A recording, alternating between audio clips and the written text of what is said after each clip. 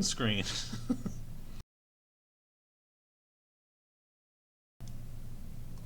Okay. Just want to make sure we went live right. Then I'll do an audio check post live, and then I'm pretty much ready. Um, who's doing the recap? Yeah, let's not.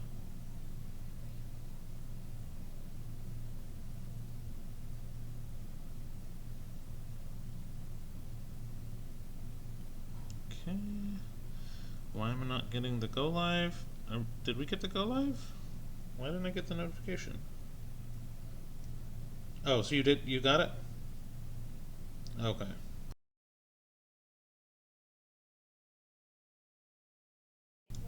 Okay. Okay, going to main. Looks like audio levels are good. So there's me. If you guys just want to take turn talking, and we'll get started. It's a me, Mario.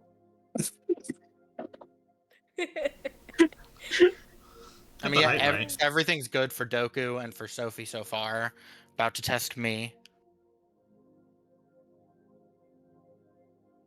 I'm good to go. Gale, go ahead and talk. Yep, say something. Something. Okay. A little more than that. Oh, okay. You want me to talk more? Okay. They're testing the microphones, Harry.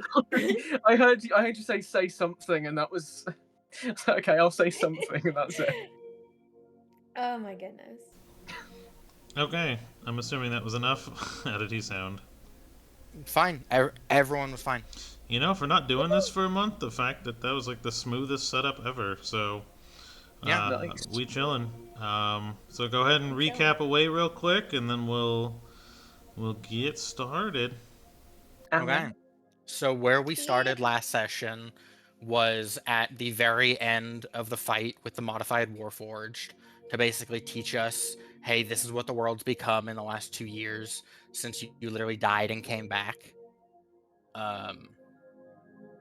And Gale kind of, and correct me if I'm wrong, basically having enough of the monastery keeping secrets from him and not just being forthcoming with this horrendously crucial information, finally snaps and says, look, you have to tell me, you have to, like, I deserve to know let's start with what's in the room upstairs.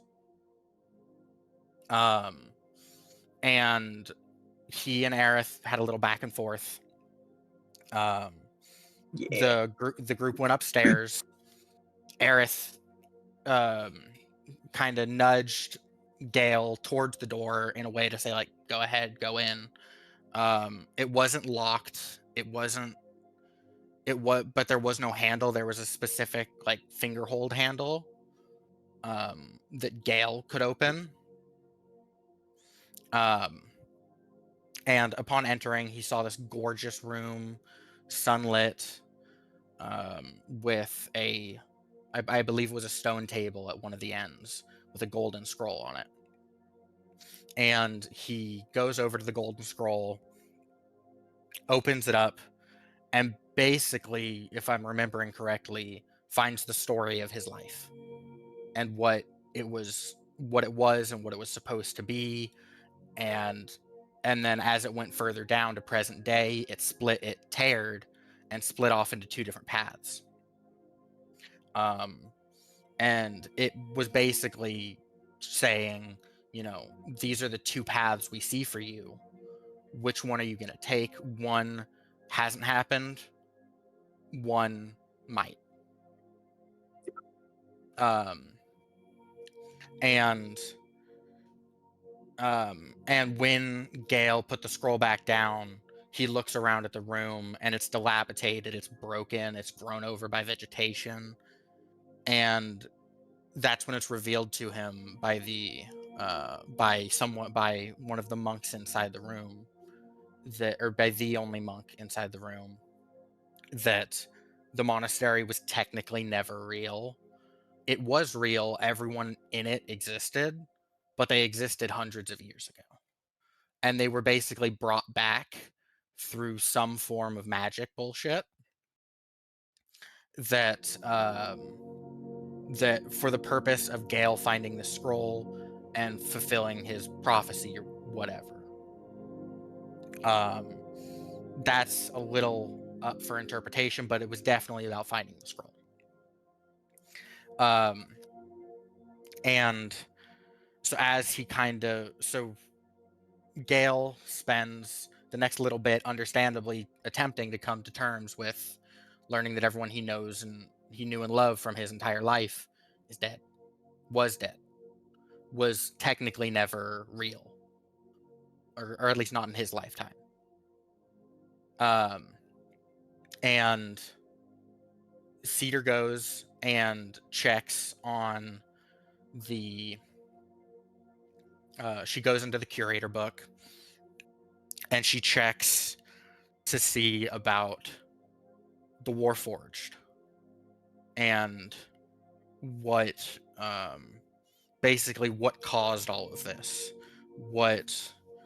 and what I personally think is more important was what's fueling them now that we got rid of the water source. So the book goes into the story about both of the fire and water Fae Queens and two others being invited by the king to basically a banquet, and in that false sense of security, they are tricked, trapped, and were held where we found Blue and Unknown for Red. And that's kind of what started this. That's what gave them their power source, the availability to do what they're doing now. And then, as for the power source, it was learned that, as most people know, living or humanoids are mostly water, or some percentage of water. I'll just put it for D&D sake. And so these people would go and take just anyone off the street or whoever they could get their hands on, really, and basically extract the water from their body and use their essence and their soul, in a sense, or at least that's how I interpreted it. Yeah. To fuel as a backup fuel source to fuel the Warforged. So they're basically killing one person and then transferring their life force into a metal body. And then after learning that, Cedar goes and sets up camp for the rest of the party, utilizing a new spell of hers that I will let her go into. And as she's setting up the spell, she relays all of this information to the rest of the party. And that's where we left off. Yeah, so we just set that up, and the is called Cozy Nest, or just Cozy Nest for short. And what it does is it is basically like a scaled down magnificent mansion, and we are about to enter. The door is open, and the door opened up kind of inside a big tree. And that's where we start, I think. Doku? Yeah, that sounds right.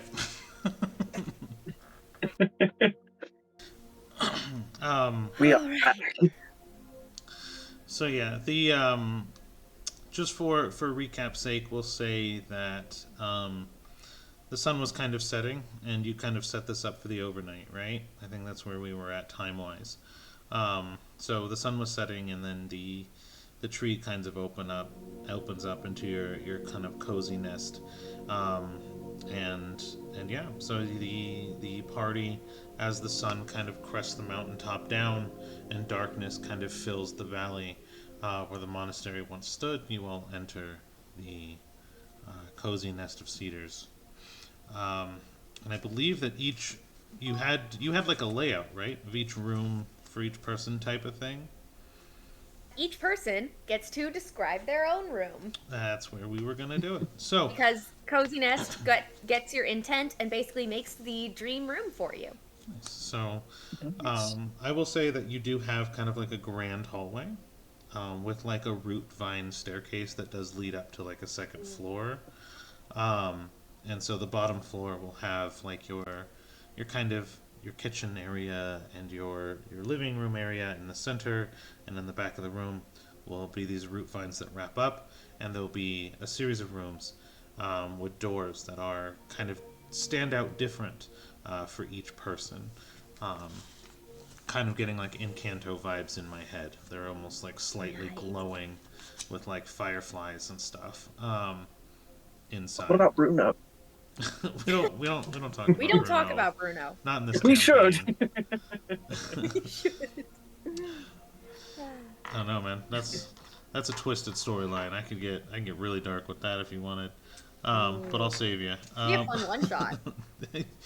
Save that in our heads for later. Oh, that would be because each character would have like their own powers. Encanto one shot. Mhm. Encanto one shot. Encanto one shot. Well, we can't call it Encanto one shot because Disney, they'll come after us. Enchanted one shot. Yeah. On Kento. Enchanto one shot, exactly. Encanto. We just add the H. We're fine. But it's a hard H. It was Encanto. Enchanto. Yeehaw. Yeehaw. Oh my god, it's a cowboy western. Yes. Cowboy Encanto. Okay, but yes. it was just an Italian there. All right. So you each have your own room. So Cedar, would you like to go first? And so you kind of go in, and you head up to your room. What does it look like? Yes. Right before I do the room, though, it comes with a couple of the little like invisible servants. Well, not really invisible. They kind of have a little form. They are basically, I like to call them nestlings. They're basically these little, somewhat owl-looking orbs. It is basically full fluff, and they are multicolored. Basically, they know who they're supposed to attend to, and it is color coded. But there's like all sorts of them. They're just kind of they're almost like an owl version of the soot sprites from Ghibli. Studio Ghibli. Stop saying the names. And they're called nestlings. I love it. So you guys do your descriptions. I'll be back in 30 seconds. I gotta give meds to my cat. I forgot, so I'm gonna do that really quick. Oh. But please continue. Medicate to the cat. All right, so Cedar's room. The door is very kind of woven like vines and roots.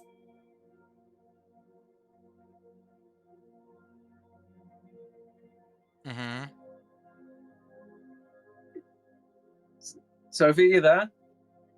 Okay, good. She didn't just freeze for me. Almost like a moss-like substance. We lost you for about a good sort of 20 seconds there, Soph. Gosh dang it. Okay. Where did you lose me? At the beginning. The door is woven. Yes, the door is kind of a roots and vines kind of woven, very like wooden arbor-esque type doorway.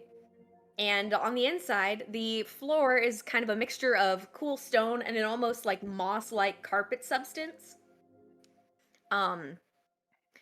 It's got nice low lighting, and what light is provided is done by like little kind of glowy like inlays in the wall, or little string lights that almost look like fireflies or are on the ceiling and look like stars. Her bed looks like a giant nest. But it is chock full of like blankets and pillows, and one or two replicants of the little dolls that she made when she was a kid that looked like her favorite heroes from her favorite books. But those are kind of tucked away a little bit, just in case, just because. And there are big wooden bookshelves. There's like a cork board, and it kind of looks like the night sky outside. Little glowy fungi as well. Like you from her background as like growing up in, at least to the age of 10, in wealth and royalty, you wouldn't expect her room to have such a like forested vibe, but this is what she likes. and that is Cedar. Very nice. Very nice. Who'd like to go next? Harry, I'll Rain, give do you that wanna- to you. Oh god damn it. Okay, so the vibe for Gale's room, you sort of see it's a fairly sort of standard looking door, again, just like varnished wood, with like a sort of like a brass handle. Going in, it's a planked floor. He's got a very simple taste, so it's nothing too ostentatious. The bed itself, it's the kind of bed you could find about 100 different taverns. Just a simple bed, nothing too fancy. There's a couple of bookshelves sort of inlaid in the walls, full of all kinds of different books, on a variety of different topics. There's a couple of chairs and a couple of sort of large blankets. So if Gale or anybody needs to go burrito mode, they can do just that. The only sort of kind of fancy thing that Gale has is sort of a window. And as Gale walks into the room and he's exploring it, the view changes with his mood. Sort of reflects sort of how he's feeling. So as he goes in, it's sort of like a clear day in like a meadow somewhere, and as he walks in, he goes around. It gets brighter and brighter and brighter as he just gets really excited. I love that. There you go. That's awesome. But so Winnie's room, as you're walking up to it, it looks horrendously substandard. It looks just like a normal wooden door, regular door handle, nothing out of the ordinary whatsoever. But as you open the door and step inside, you literally walk into a set of crew quarters. Six sets of bunk beds around the room, a couple desks here and there. And then finally at the very end of the room, facing all of the other beds, facing all the desks, you have not like some massive king bed, but just a full-size bed. With, again, a very standard bed frame, very standard sheets, but just from the looks of it, probably the comfiest mattress you've ever seen. And then in the back corner near the full bed is just basically it's a floor to ceiling birdcage.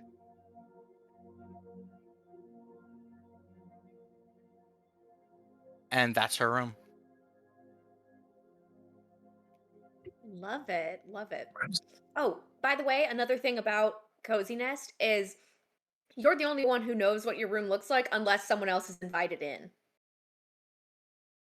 It's very tailored towards like privacy and whoever, like whatever boundaries you have.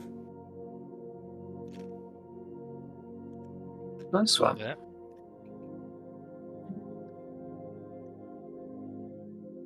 I think Gale, as he's wandering around, as he's sort of taking his room, probably for like the first time that day, he's got this big smile on his face.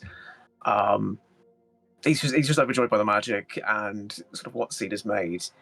And as he sort of think about Cedar, the view on the window changes to reflect his favourite mornings at the monastery. The sun rising up and hitting the snow, and it just makes him even happier. That's adorable.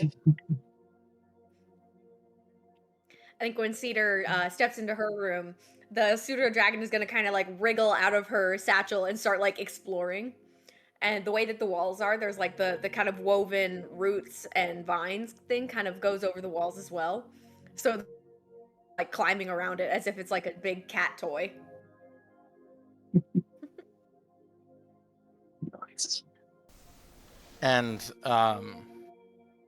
for Winnie, aside from showing y'all around in her room, she just closes the door behind her as she shows y'all out and walks downstairs into the living room.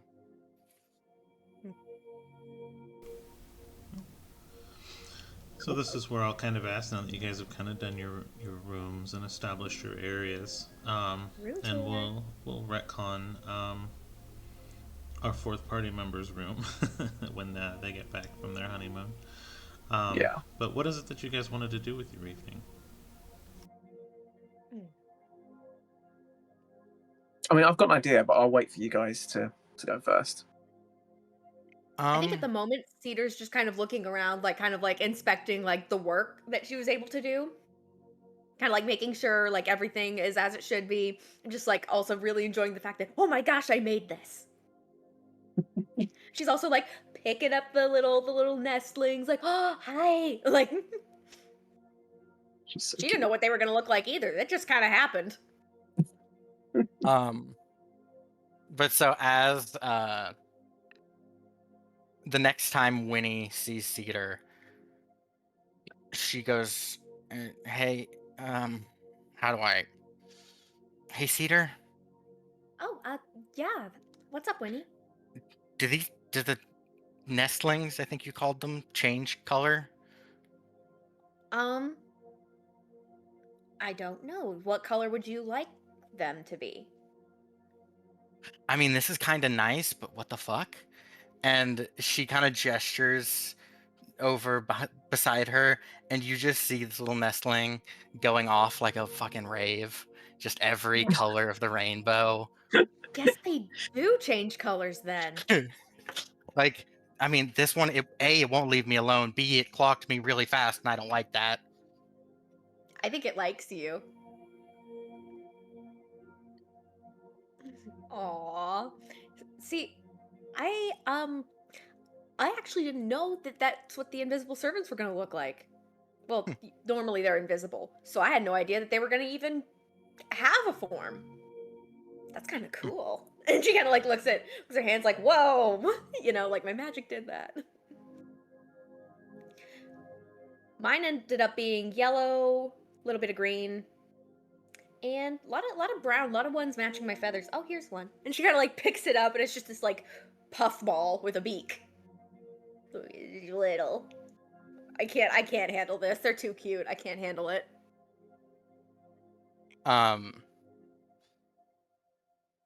And then she just goes, "Okay, give me like 10 minutes. I have an idea." And she runs around, grabs a few servants that like she would assume can somehow play instruments. And with the center of attention being her nestling specifically, she starts her best interpretation of a medieval rave. Yes. And just everything is like this nestling is just a dancing little disco ball. Pretty much, yeah. Also, I don't think they have names, so if you want to name yours, they will probably be chill with it. This one's Doodle. I'm calling mine Clive. Aww. What color are yours, Gale? Yes. Well, that narrowed down nothing. Well, okay. And when Gale yells down just yes, when he just goes, "I created a new word. I think it fits perfectly for this." And she just starts chanting back at Gale, "Rave bird, rave bird, rave bird." What's a rave bird? That, As I my Gale guess. will come down. Cedar just kind of points towards the rainbow one, just, I guess, that thing. Gale is holding Clive in his hands, and he's sort of got like a mix of like almost like a bone white sort of main body, like wings and that sort of like a greeny sort of brown splotches. And he just sort of sat there just eating a bit of bread that Gale had in his pockets. Oh, I made a friend. they're so cute. Oh my gosh. This one is also raving. Raving? Rave? I Is that just because of made it up. Raven? Don't worry, you're allowed to be stupid. I'm glad. I was going to be stupid anyway. That was meant to be No. supportive. I'm still going to be anyway because I've got no clue what you're talking about. Perfect. Ah, I'm excited to see what Celia's looks like. Well, depending on if she shows us or not. Yeah, I mean, no, it's. Roll a It's okay. perception for me. Ooh, okay. Let me pull up my character sheet. There it is.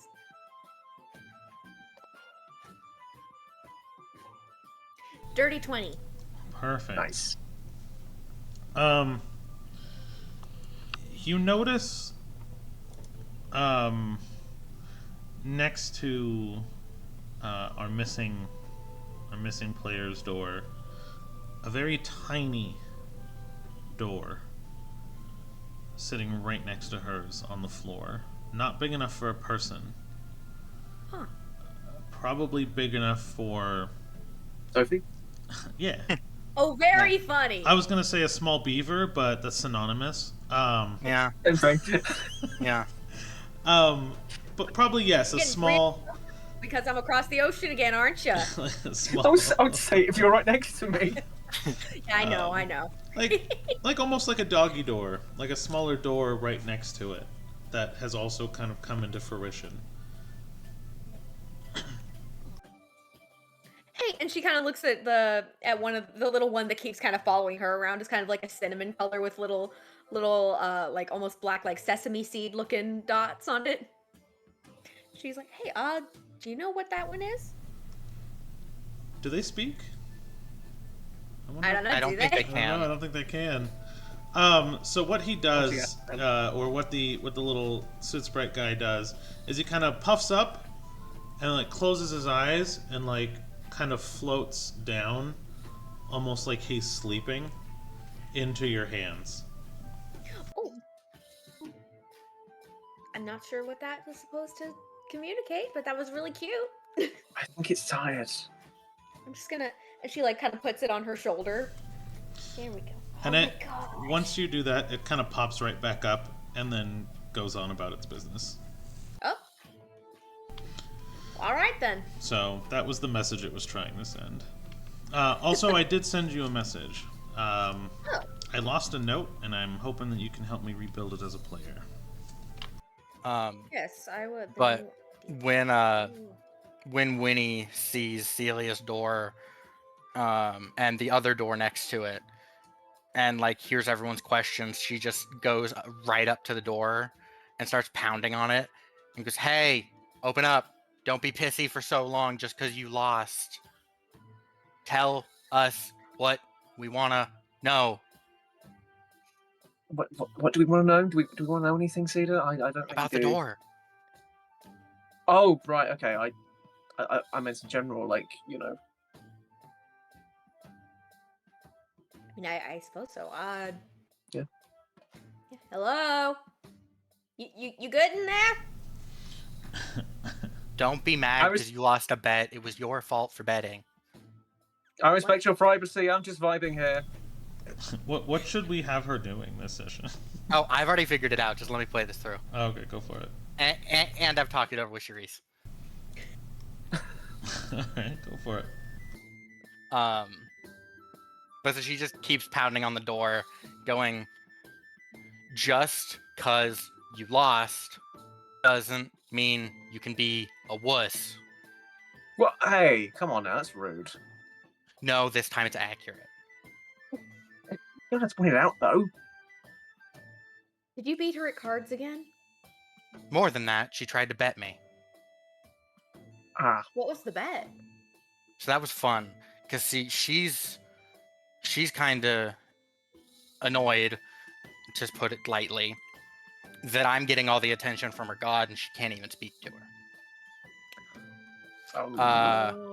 So I made a bet with her. I said, "Hey, you beat me," well, she actually initiated the bet. I just took her up on it. And I said, "Hey, you beat me at cards, I'll become a follower of Velta.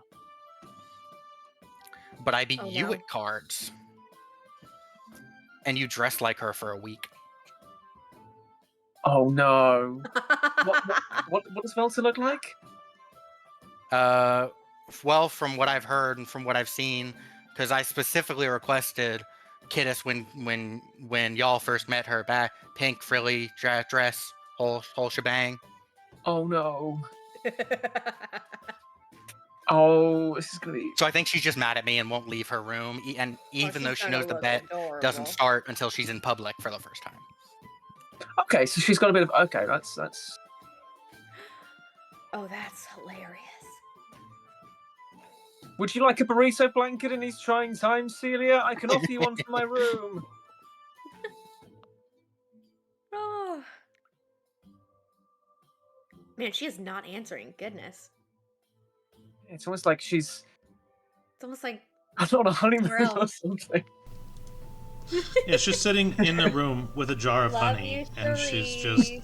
just spoon feeding it to herself. This jar of honey. And there's like a full moon out of a window. All right, and she's going to be doing it for until the new moon, so that's why it's a honeymoon. Wow. Wow, my favorite Twilight movie. I still can't get over the bit where they're fucking playing with an invisible hacky sack in the background of those movies. Oh Like, my god. the extras. Anyways, Um, but yes. we can shit on those movies another time.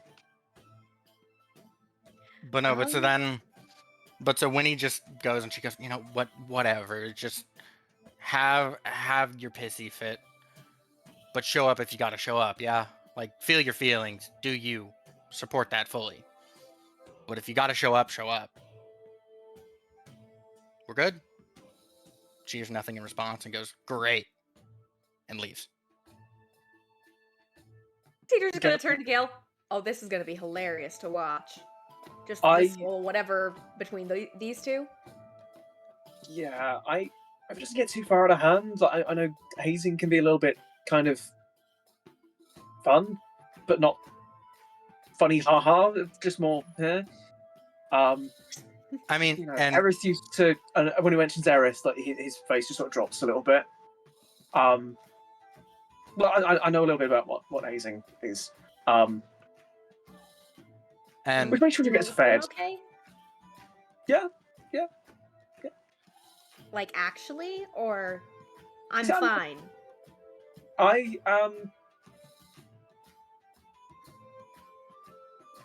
Yeah. and We make sure she gets fed. Like just.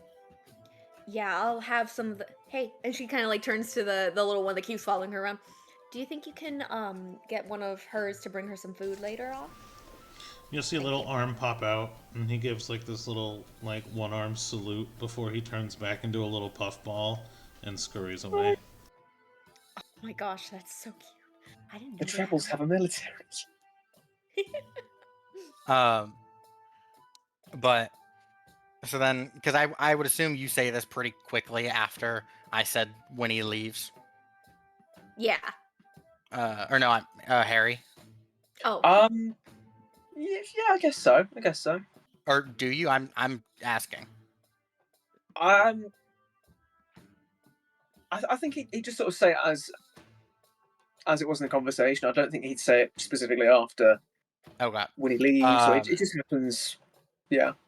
So then Winnie kind of stops as she's walking away.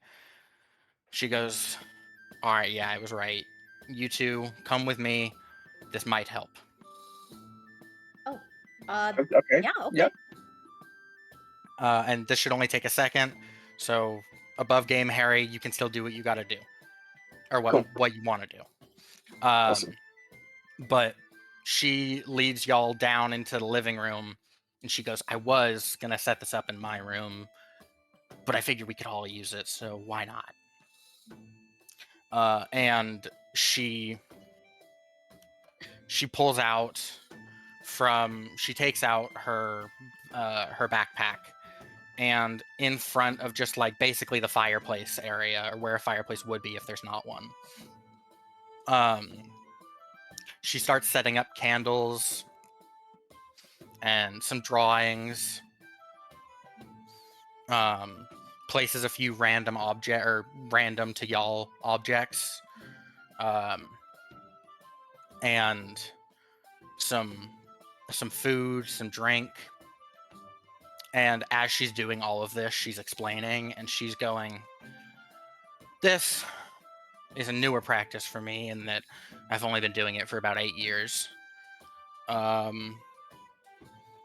But whenever I move into a new place that feels at least semi-permanent, I set up an altar of the dead. A what? An altar of the dead. An altar to remember the dead. Okay. Oh, Because I personally, I believe people don't die, and stop me if I don't have any right to say this, but I personally believe people die twice. They don't die once. They die Oh. once physically, in that their body dies, they stop existing on the material plane. But they don't truly die until you stop thinking about them. Until you stop talking Okay. about them. So I set these up so that they can never stop being thought about. So they never stop being talked about. So they never die. Now, the part that you might punch me in the throat for, and if you do, I totally valid. She's pointing at Gale when she says that. I wouldn't. Okay, yeah, but I wouldn't. Look up. Honestly, as horrendous as I know what you just went through was, or can only imagine to be, I think it was, maybe it wasn't the best thing for you, maybe it wasn't a good thing for you. I don't know. I can't speak on that.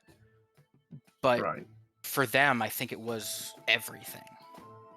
Because imagine if you lived your life to its fullest, died when you were supposed to die, and hundreds of years down the line, you got to come back and live a brand new life in your same body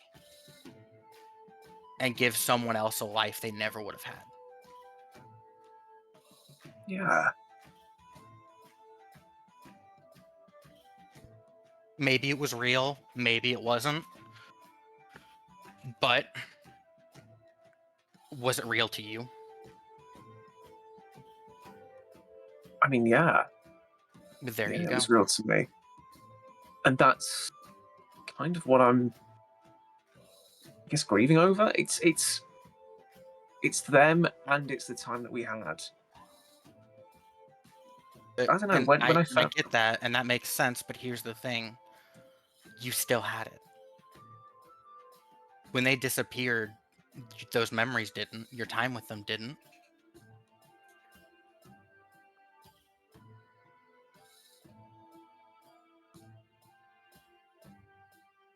Yeah, And you're I'm right. not saying don't grieve. I'm not saying don't feel bad. I'm not saying any of that.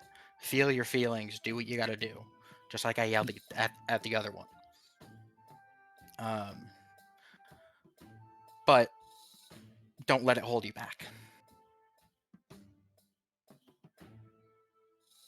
Okay.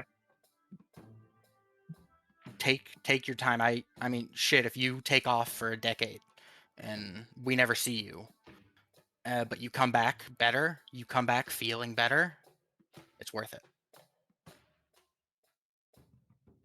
I don't think I have the option of leaving for any amount of time. I know, but I think you get my point. I do, yes. I've got got this destiny thing to do. Plus, I can leave this group. The guys that raised me, but this team, this menagerie of ours, it's my found family. There you go. And with that, I have a little surprise for you, something I'd like you to try that I doubt you have, but I think you'll adore it. It won't be as good because I didn't make it myself, which bothers me. But I figured y'all would get a kick out of it nonetheless. 30 seconds. And she runs off into the kitchen, and she comes back with like a silver platter, whole lid over it, the whole shebang. And she goes, this, it would have been for the 3 of you, but I suppose it's for the 2 of you.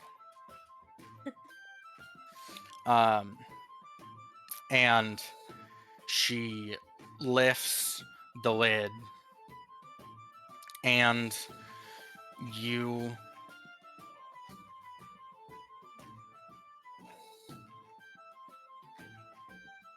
one second, I'm pulling up an image because I actually know this. Pulling up an Ooh, I like image. smell. Put it on the thing. Is it on mouse to the group chat? I guess we'll find out in a second. But she presents you with these. Buns! Heck yeah! That was Sophie, not Cedar. Yeah. Oh, nice. Yes! That was Harry and Gale. Yeah. She goes, these are a personal favorite of mine, always a comfort food. Eat them whenever I'm sad. So I figured they might do the same for you. Damn. Thank Did you say you made these? This time, no, but I did have the servants replicate my recipe. Well, this was you. really sweet, Win. Thank you. It's You what said I it do was best. for the 3 of us. You should eat some too. Yeah. Since Celia doesn't seem to be coming down.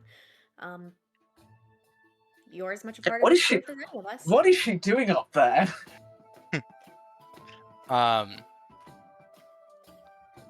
Winnie just goes, I would, but I have my own communing I need to do. I do still have my own private rituals where whenever I set up a new home base, really. So I will leave this to y'all. And she grabs one pork bun, throws it in the air, catches it, and walks away. If you need anything, let me or any of the nestlings know. Will do. And I'll heal you if needed. It's kind of my thing. I don't think there should be anything in here that'll harm anyone. Pretty sure.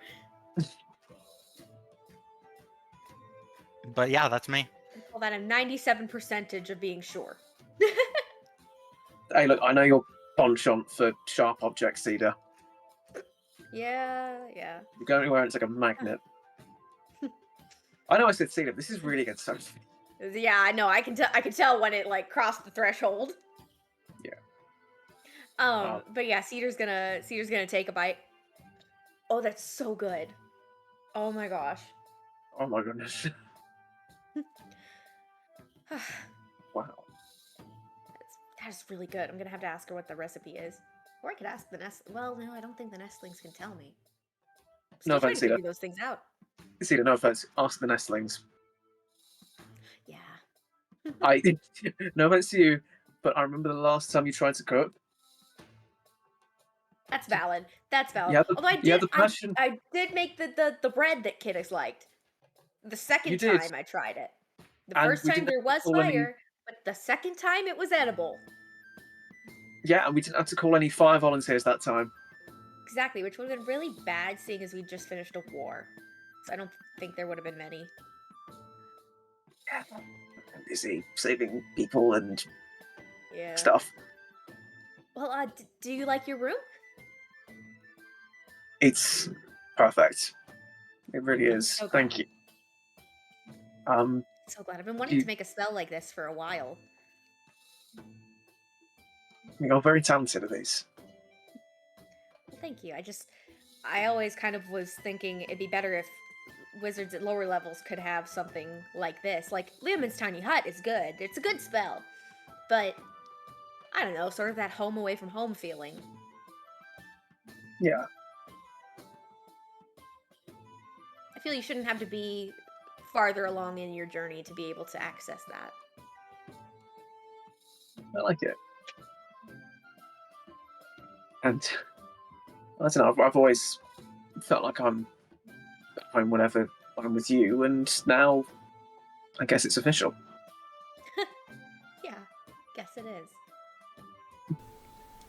Damn, Are that was you smooth. feeling better? Yeah, that was a good. It's like, That was I've good. always felt at home with you, and now it's official. I was like, dang. And they were roommates. That was good. Thank you.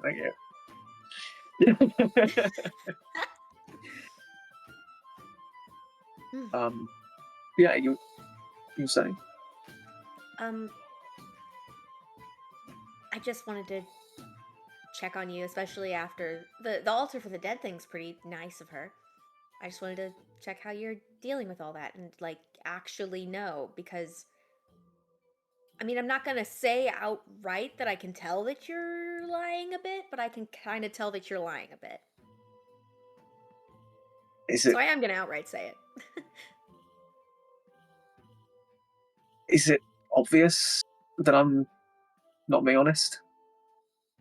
To me, it is. But I have been traveling with you for quite a while now, so. Yeah.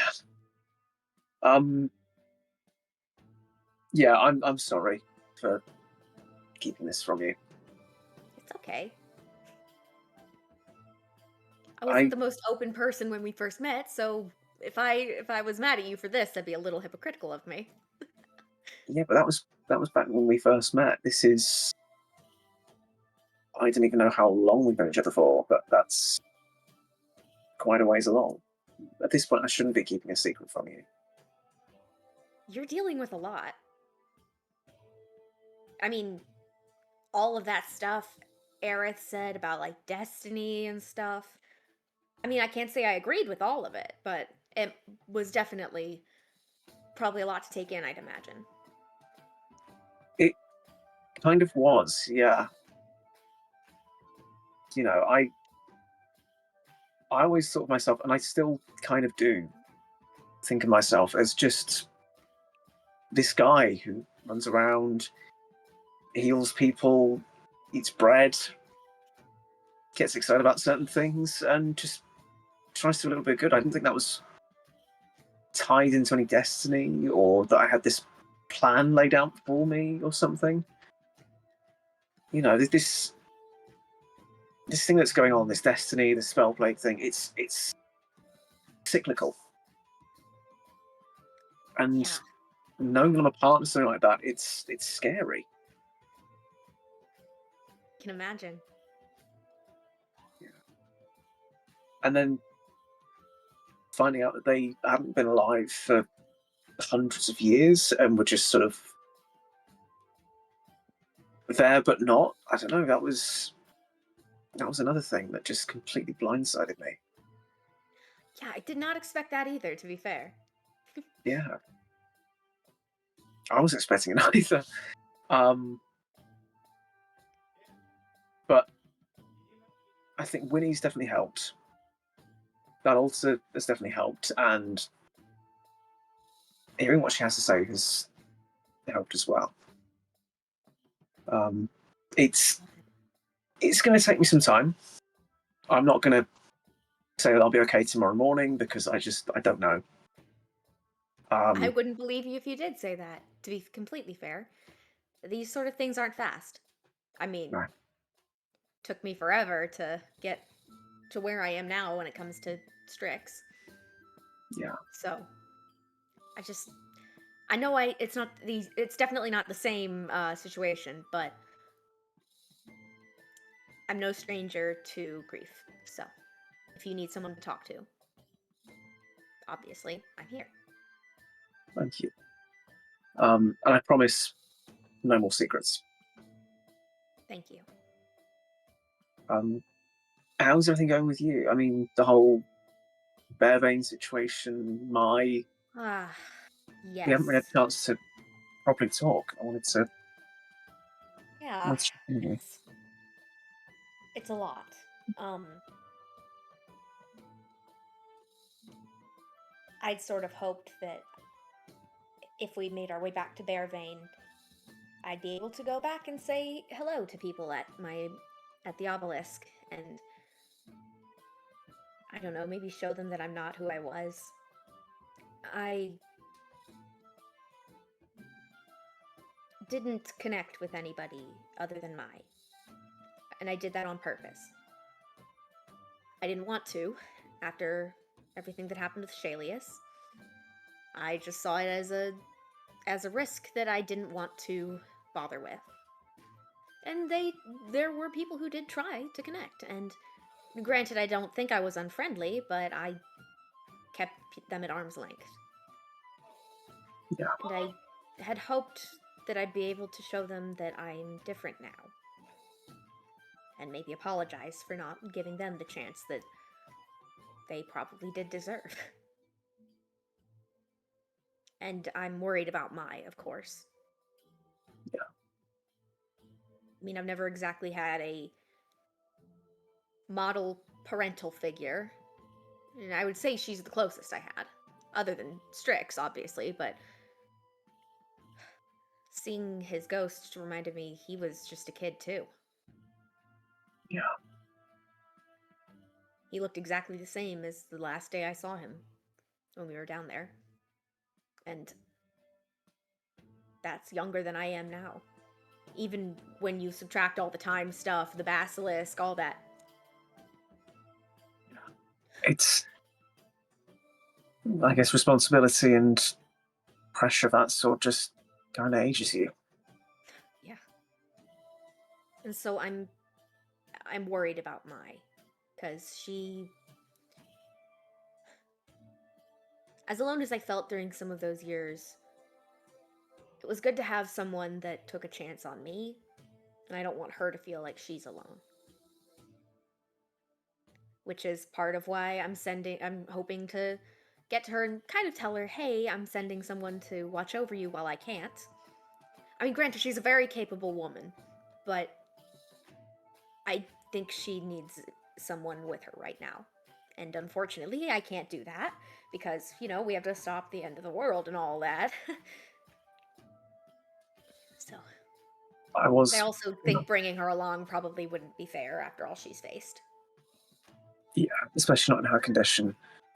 I was going to say, did you want to swing by and see her? But if you're set on helping save the I mean, I'd world, like to swing by if the chance arises, but I also don't want to interrupt whatever is going on when it comes to this king guy, the Fae Queens, this destiny.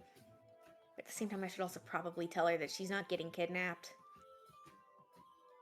yeah, that's probably not a bad idea. And I don't know.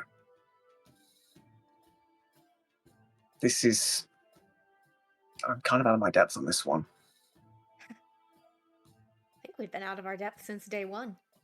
Yeah, but I mean, those other times, that was paddling. By comparison, this is being dragged in the water. This is a whole different level. It's a lot for anyone. I think I might have a plan for us moving forwards, but Oh? I'm not going to proceed unless everybody agrees. Well, what is your plan? I did want to ask, especially since we'll be running into that guy again that I got my last wings from. Yeah. What's your Well, plan with that? well, the way it was explained to me was my path was split in two when I took on that deal with the Fake Wings. It diverged. I went along that diverged path away from the gods, along with the Fake Wings, but the path I was meant to be on continued straight on. It just attached itself to him. Hmm. He is basically becoming what I should have become, what I was meant to become. And the impression I get is that I will have to confront him, and there is a chance that I may have to kill him in order for it to be passed back to me. But And is that something you want? For it to be no. passed back to you? Well, I think there's no avoiding what I am, what I need to do.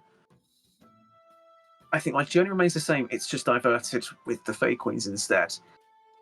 And I don't want to kill him. My idea is what we're going up against. It's beyond men, mortals. This is existence itself.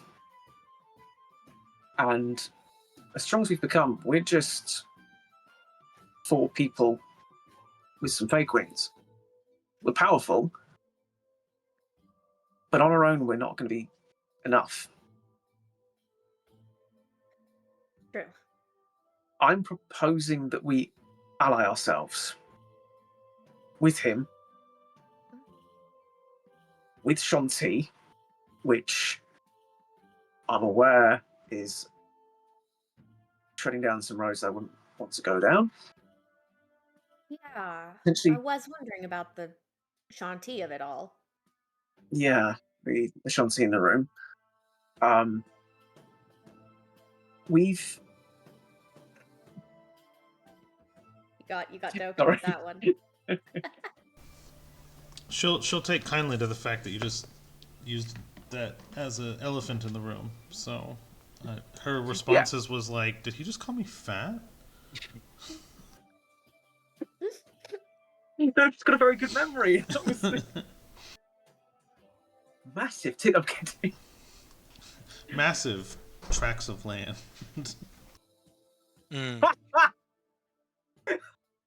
Heathens, all of you. Anyways,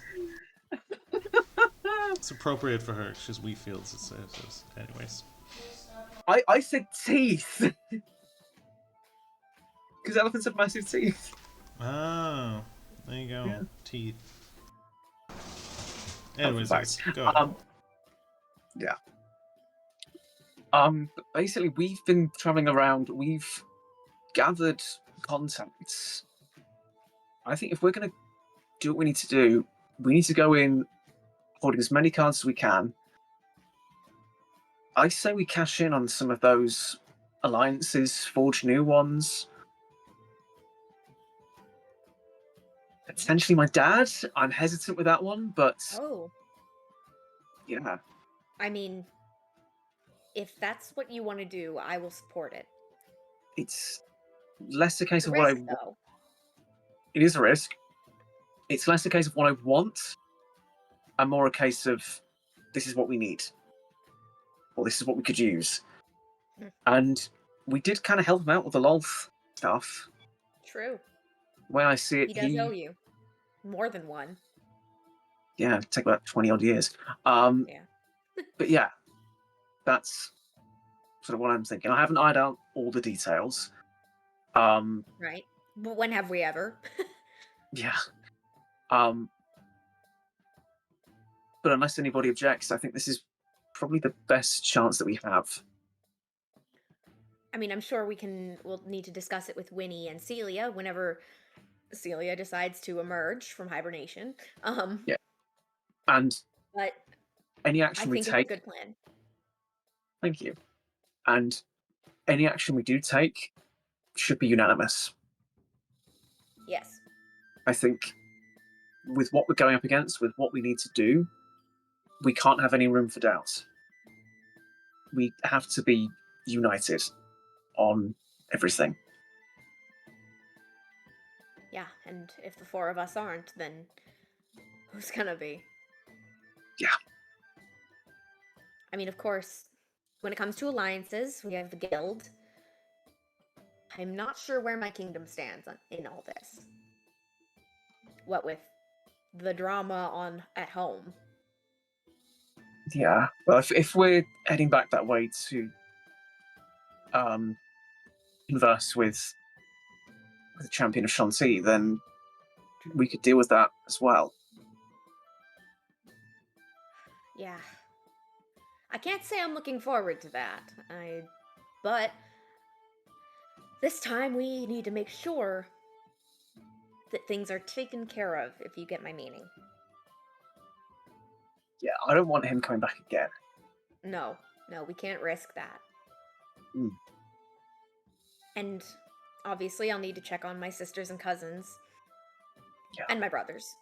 Although I'm sure we can ask ACO if he knows anybody. That's a good point. When He it must comes to have some. different guilds. Yeah, he must have I mean, I don't know if contacts. pirates have guilds, but I'm sure he has contacts. Yeah, even if he doesn't have, if there's no guilds, there's sure to be other crews, other captains. There could be a whole network of communication there. I hesitate to involve him too deeply, though. I Understandably. don't want to affect his freedom in the way mine has been affected when it comes to our familial obligations. Yeah. Obviously we have Aquafania, Soup Rabbit, I assume. Soup Rabbit's never been malicious, so I'm just gonna put him on the maybe list. Yeah. I wouldn't know. I haven't come across him. Sophie's dying, give me a minute. Don't die. Don't die. Okay. I cast healing word. I'm sure we can find more. Leah. And Kittis, obviously.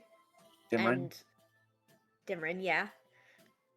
I suppose, the followers of Velta, but like I said, I would probably wait to ask that one because I want to give her time to adjust and grow and deal with her grandfather.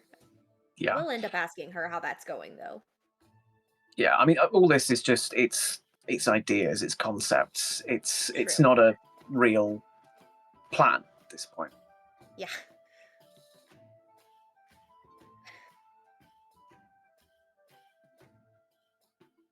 We can do this, right? I mean, we have to. Yeah, but I feel better about it knowing that you're here. Me too.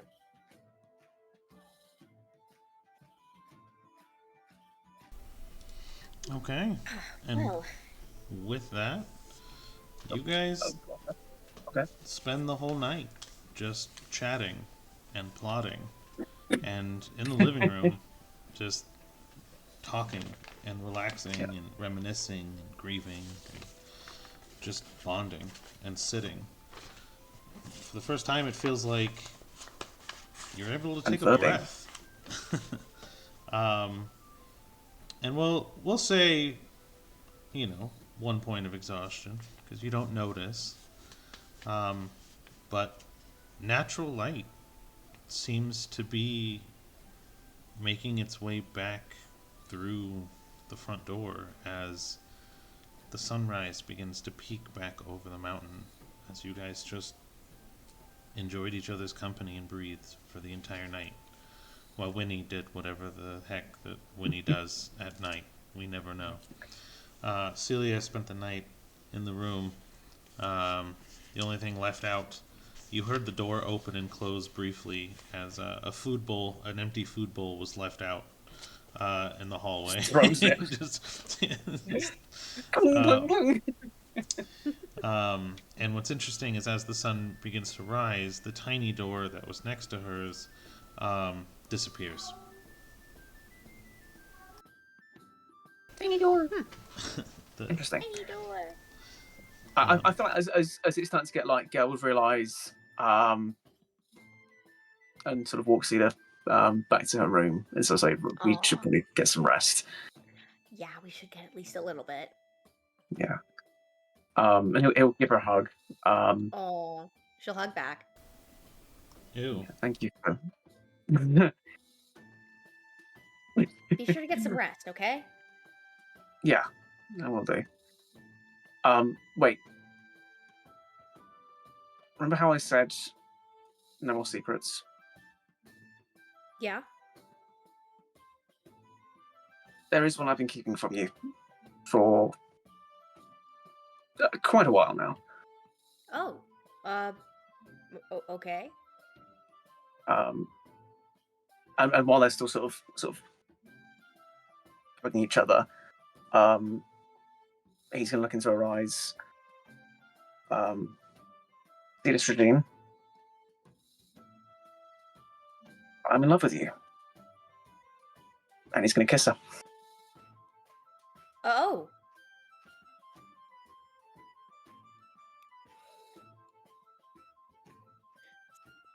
Wow, okay.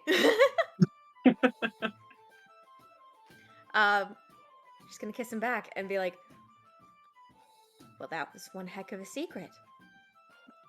Yeah. I just figured I should tell you. In case you felt the same or whatever happens. She's gonna kiss him on the forehead real quick. Yeah. Yeah? Yes. Well, Okay. I mean, I don't normally Good. feel this way because, I don't need to, but you got me feeling all the breathless right now. I don't know what to say, which is, again, not normal. Well, I hope you know. Yeah.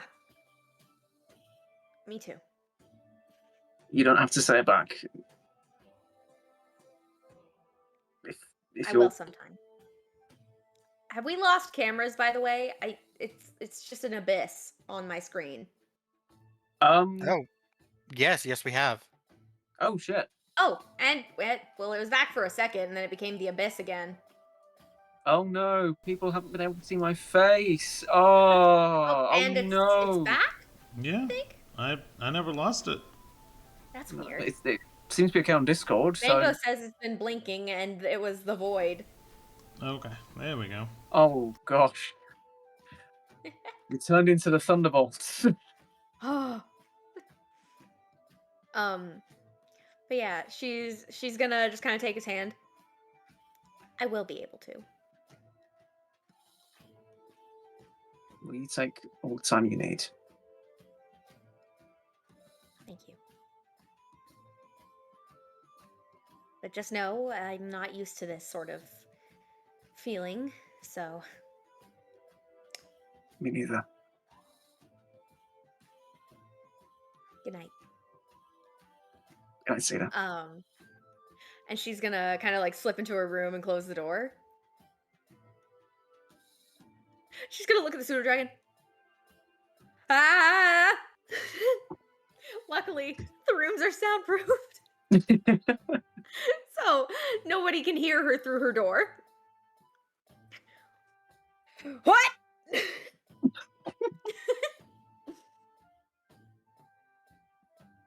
Okay, somebody else do something now. All right. Well, in the morning, when we lost cams again. Oh, come on. Cams, come back, you And we're bastard. back again. But in the morning, Winnie just kind of walks downstairs, sees the sun rising, and for the first time, instead of starting on food and rushing around, she just walks out the door for a walk.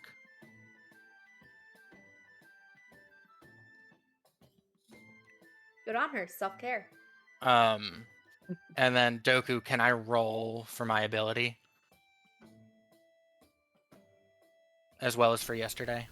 Oh, the bag? My quote unquote bag ability. But yes, the equivalency of that. Gotcha. Okay. So do you want it? Okay. Yeah. Yeah. Okay. Okay. Just keep it with. Wow, those are very drastic numbers. Yeah, I was gonna say you can do D1000s again. Yeah. So that's a 19. Okay. And a 342. Which are very different numbers. 19 is where I had the tiny hat. Was that intentional? That's funny. Oh. Yes! Yeah, that was actually just a placeholder spot too. I was just moving stuff around, so that's hilarious. Love it. So I know what that one does. And then you said 3 what? 342. Okay, hang on.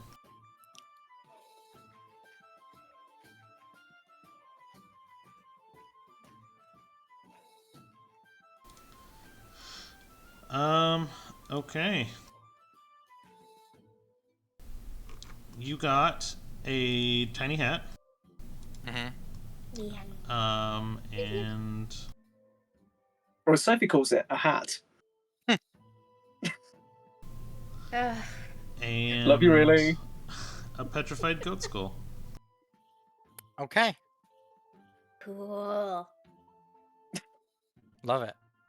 That was so cute. I know. So I'm just moving those then.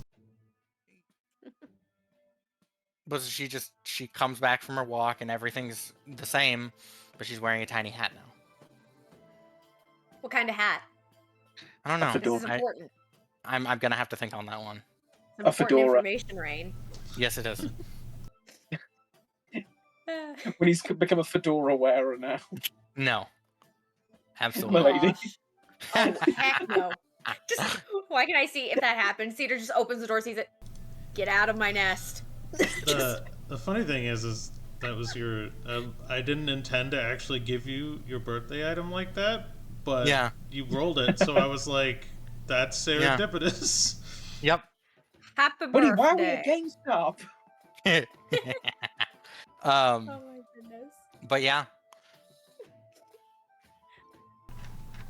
Okay, so you got your two bag pools. Mm-hmm. I would like to, when Cedar wakes up, she's going to pull from the bag of mundane items because I know a certain player who isn't with us would kill me if I didn't. And also, I'm on this side of the ocean now, so I better make good on that or else she will have access to killing me. Yes. No. She wouldn't dare. If I don't pull from the bag of mundane items, she might. And I don't want to take that chance. Well, I would say defend you, but I'm on a different continent now, so. Well, I appreciate it. Yeah. Was it like D1000? That's the one? Yeah. Yep. Gotcha. So D1000. Wait, is there something I have to do specifically? Just D1000. Oh, I did, and it didn't do anything, but I think that's because it was a capital. Yeah. There we go. 717.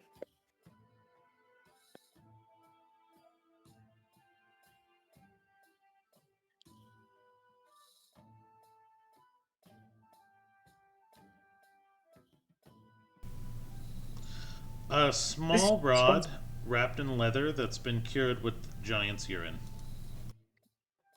Ew! So you're just What? gonna. And suddenly you get suddenly you get a message from Leah. Hey, you found my piss stick. Leah! See, now I have multiple questions. Just gonna see, you're just gonna come out of her room after she threw it into the bag of holding to hopefully never interact with it again. That's why and we have all our stuff. She's gonna knock on Gale's door. Your sister is being herself again. Good morning, Cedar. How are you Good today? morning. No, that never happened. Oh, dang it! That would have been hilarious. I know. Not Your good morning, sister. Yeah, she's just gonna ew, and just kind of like kick it into the bag of holding, and wash her hands thoroughly. Hold on, we have food in the bag of holding. Oh, never mind. She doesn't. The piss stick just lands right on top of a pile Ew. of cinnamon toast. Never mind. No. Wait. No, really it's not cute that bag of bread. holding. It's different. Kidda still has that bag of holding. I have a different one. That's right. You've got piss all Yeah. over Gail's bread. Okay, retcon. I didn't put it in the bag. I'm sorry. I'm just gonna leave it in some like just. I don't know. I'm gonna throw it out the window and just be like, whatever happens in the spell, you know what? I don't know. We'll see what happens there. She's like, no, I don't want it. I don't want it. And then she's just gonna wash her hands thoroughly, just come out of the room just like, what?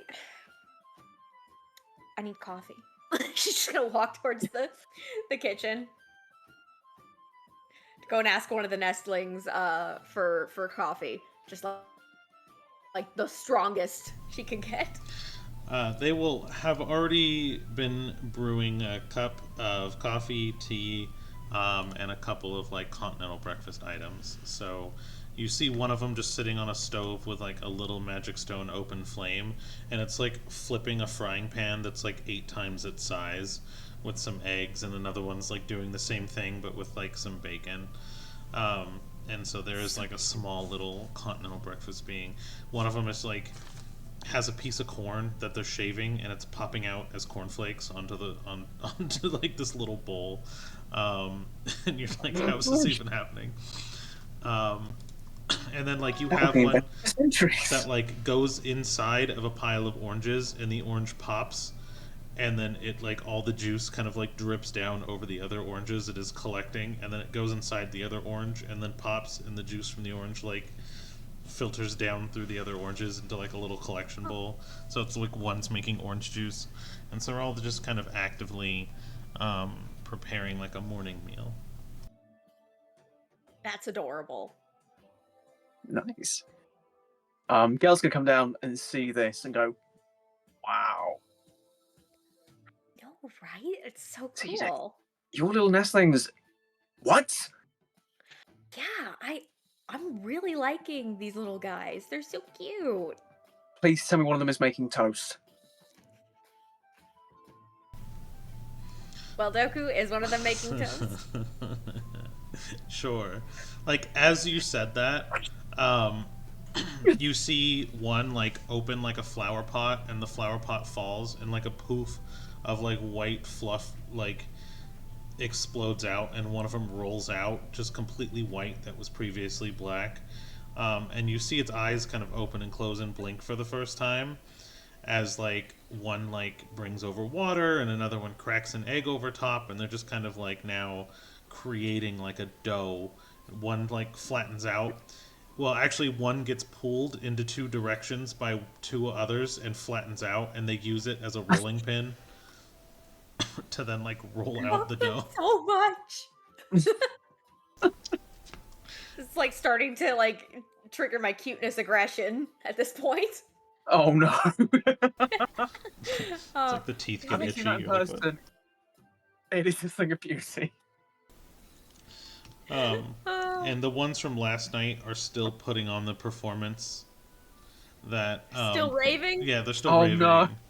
So like all through the night, like, and then without tiring, they're still like vibing with their little instruments.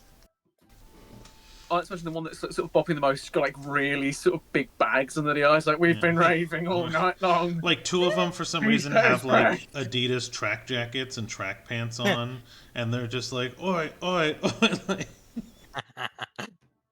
Doku, my culture is not a costume. like 2 of them are like squatting down in the corner, like with a cigarette, like. Where did you? No, bad habit. No, spit it out. I'm physically You're like, cringing. no. Where did you get a cigarette? Like, I spent time in Europe. I know how it goes. I just love the idea. I was thinking like, where did you even get? No, spit that out. Like, just. But mother, I like those. That's perfect. I didn't want to attempt the accent, so thank you for doing it. You're very welcome. Oh. And but Winnie yeah, just Cedar- pops up at this point and goes, "Yeah, I told them they could stop like an hour ago, and they just haven't." What, smoking or raving? Huh. Yes. Yes. I see. Interesting. And where did those garments come from? They look very Modern. That's You what Gale's gonna say. I don't know, but I'm taking credit for it. Yeah, I didn't do that, so I'm just gonna give that credit to you, Winnie. I need by the toast. way, Winnie, settled in okay? Yeah. Cool. Whenever the spell pops up, it should reset back to how we left it. Obviously, the nestlings will clean. It's kind of like a tiny pocket dimension type deal. Neat. That's Yeah. incredible. Thank you. And it's bigger on the inside. It very much is, yes, bigger than And I just can one of start them it with a on my screen. violin goes na na na na na. One And brings I out the suppose, theremin. Winnie, now you can have like a little jam sesh with them, if you want. Oh, I these didn't know guys are any my of them favorite. were. I'm keeping them forever. Oh, absolutely. They'll be the ones that are assigned to you. It's like one of them just has a Right. giant bottle of Smirnoff that's like Yes. 5 times the size of the actual like little Where fluff did ball. you get that? Well, Like, It's like, That one's my this bad. is- I thought it this would is be like funny. growing up. This is not even funny. And then Like, you just switch out Smirnoff for WKD, and that is basically every teenager. and you look over at the band and you notice one difference. There's a very long feathered orange nestling that's just going ham on the drums. I call that one Animal. Yay, nice. I love that. Cedar's gonna kind of sip her coffee. Oh, that's really good. All right. So, what? nope, you froze.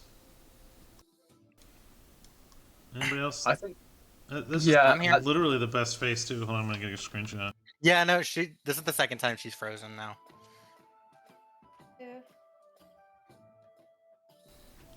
Oh, she Hey, unfroze it's you. before I can get the And you're screenshot. back. I mean, Uh, why does that My keep goodness. happening? I don't know. I don't know. I think the Wi-Fi at my house probably isn't the best right now, so I'll have to find somewhere to. I'll have to find the best spot in the house when it comes to playing. Yeah, I don't know what it is. Like Yeah. Discord dropped cameras too, so it's not just you. It might be a Discord compression Okay. thing. It might be. I don't know what that means, but sure. Well, when a daddy data and a mommy data love each other very much, they form bandwidth. When a daddy. And that bandwidth usually takes 9 milliseconds to what we call truncate. Wow, that's slow. Goodness gracious. Anyways. Okay, so what's the plan for today? Because I mean, we're on this continent, so I think we should probably take care of what we can here. Unless you emergently want to. Oh, Gale, did you want to loop Winnie in on what you told me last night about the plan? Yeah, of course. And just for the purpose of brevity, Gale Right. will relay Yeah. everything. Yeah. So that's what I'm thinking for our game plan moving forwards. Obviously, it's not set in stone, so I want to No, sort I of think that's good. I think that's good. I mean, we could definitely use more allies. It's the one big factor, admittedly, that none of my previous parties utilized. So I think it could be a turning point. Sorry, Gale's just going to take a second because he had an idea and it was good. What date is it? Just out of curiosity, what date is it? Just so I can. It is the. Can I have you guys in March now? Weird. So it's the 10th of Go. 10th of Go. I had the best idea I've ever had in my mind. He's just writing this down like a little notepad. I love that. I like the idea that as he was going for something to write, when he just switched it out with a crayon for shits and gigs. And I would assume he's too focused on his idea to notice. Oh yeah, big time. Yeah. Oh, I love that. What In color fact, when he's crayon? done, when he's done, he looks at it and goes, "Why is it purple?" Oh, That's a Nice one. multi-layered joke, and I love that. I didn't even hit his phone. Harold in the Purple Crayon? Hmm. It's a book series. It's a fun kids book series. You didn't. That's amazing. That Wait, was you read? completely on accident.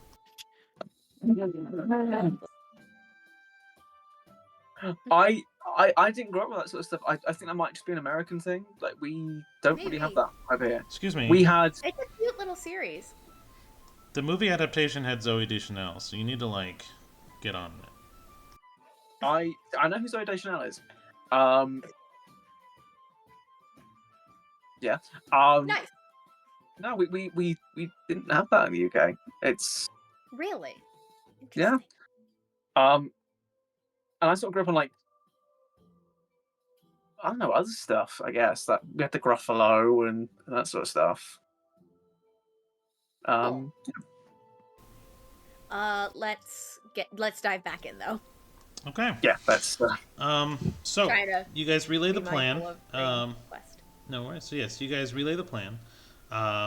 And so loosely that plan is translating into gathering allies, right? So you want to potentially find Gale's mom to see what's going on with the dad or what's going on with that. You want to potentially swing by Bearvane to check on Mai, maybe get her on board, and essentially leverage her as an ally, and potentially also fly back over the ocean to the other continent to gather your pirates and maybe your army that you could raise as a royal yourself. So you kind of want to travel through and potentially leverage some allies of the past. Is that kind of the goal? yeah. It kind of just sort of build up I like believe this.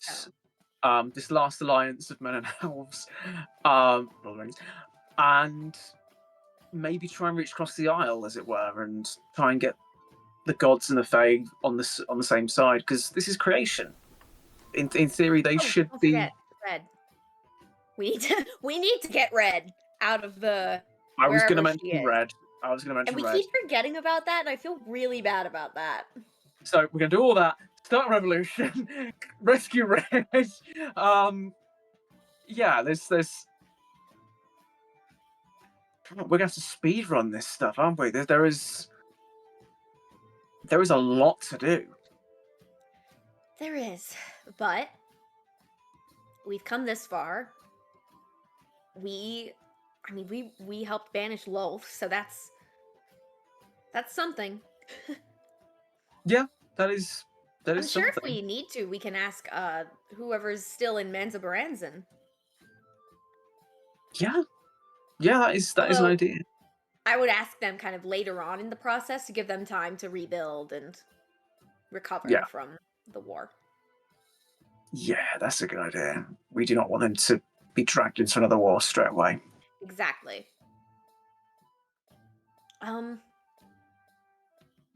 If we can find that jack-o'-lantern, the kind of scarecrow-looking dude from.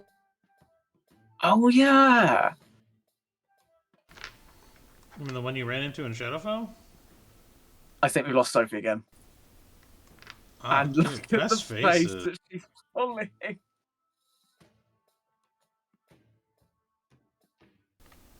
Nailed it. I'm back. That's- Okay, that's- sorry. I don't. Gonna be the thumbnail. Oh, no. Oh no. Yeah. The jack-o'-lantern fella from the from when we were in the Shadowfell, he could be an ally. He was pretty powerful. Yeah, that could was. work. And we left on good terms, it sounds like. I mean, he didn't sound malicious, so I count that as good terms. I know, terrible bar. However, Doku. I'm laughing what Doku put in the. oh dear, I'm scared. For the folks at home, Doku got a photo of Sophie pulling that face and put it in the group chat. I don't like that. I don't like I it. love how the contrast, because you had like these beautiful and completely dressed up and ready like wedding photos, and then like that. Yeah. Come on now. Not a contrast. Not a contrast. No That's worries. fun though. No, that's good. I mean, you can pause at any point in any video ever and find a bad picture of somebody. I'm just it's Yeah. Oh yeah. Or you can just any photo page, just a bad picture. right. where were we? Okay, yeah. So, how far are we from the capital, and how far are we from Bearvane? Um, We're not a million miles away from Nestlings, Bearvane. do we have any maps?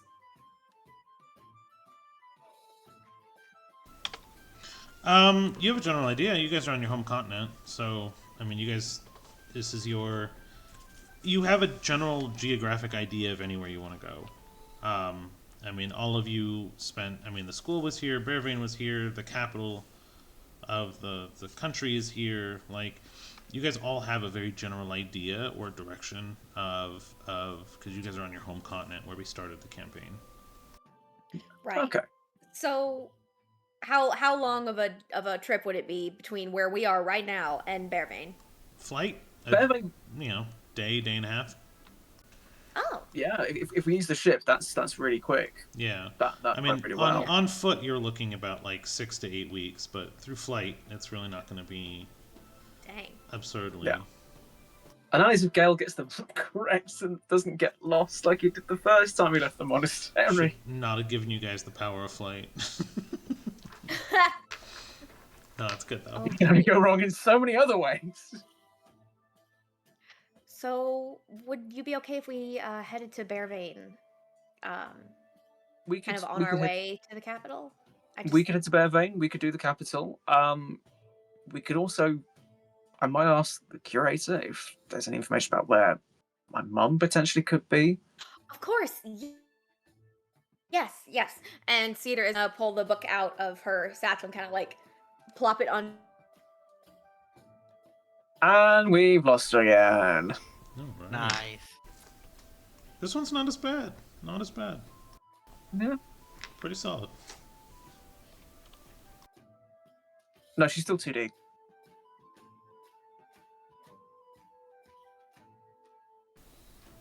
I see what you did there. Thank you very much. Thank you. I came up with a bad joke earlier on, and my flatmate's boyfriend approved. So I've got an audience. I'm just messaging her to see if she's still there.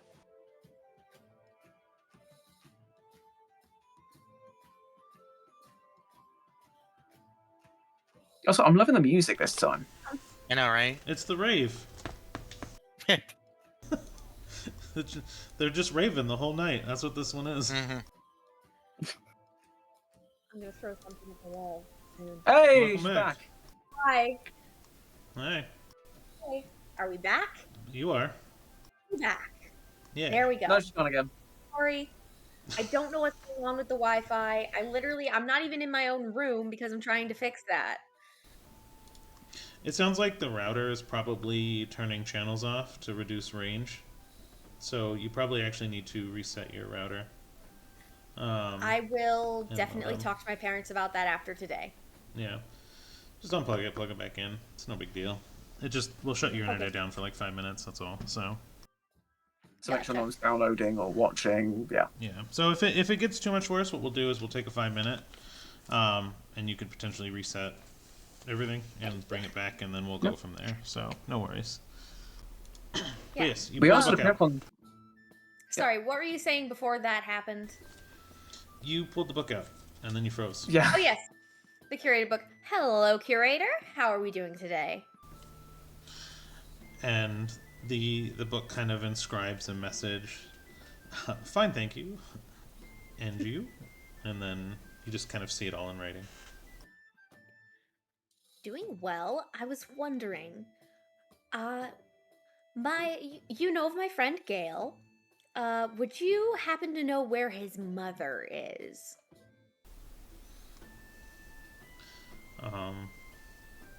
Yeah. And then you kind of see, you see kind of a word scribed across. I know the path of everyone that's ever traveled to any place and any time. You need but ask. All right, could you show us where she is? And so, let's see, history of Gale's mom. Yes, mom. So we had her backstory. I believe she, as far as Gale knew, died in a fire. Correct? Well, I think it was confirmed that she'd survived the fire and was working in a mine somewhere. I think was Working in a mansion. So she, in a mansion. yes. Okay. So Better okay. than a mine. Yes. Yeah. Okay. So we'll kind of continue the story of how Gale and the mom were separated. This is kind of where it picks off and kind of continues on to her own story. So kind of a fire flashed through a forest where she was living, and this caused kind of the separation. And at first, she was with kind of a bluish figure, just a human in form that didn't really look too detailed. It's hard to kind of get pacing of him, but once the fire happened, the book kind of can't really record what happens next. So history seems scrubbed from the in between of how the fire started to affected them, and effectively her history ends and she dies. But then a month later, you see or can read a history of her kind of walking a path, but she's walking almost like her mind is back and remembering her own history again. She's being pulled essentially in ropes wrapped around her wrists.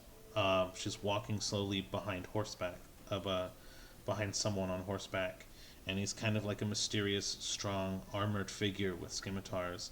And she's at the front of the line, and behind her, there's more and more women of the same kind of age and shape and look.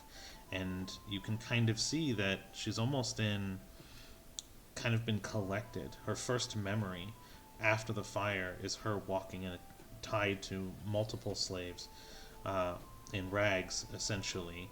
Um, Half her face and body just healed over from burns, as she kind of has this small memory of saving Gale from the fire, but then that is where she kind of blacked out. So half her body covered in burns, as she gets sold into auction and traded multiple times until she catches the eye of essentially a duke. Or did I have it a duke or a viscount? Doesn't matter. A royal, a noble. We'll call it a viscount.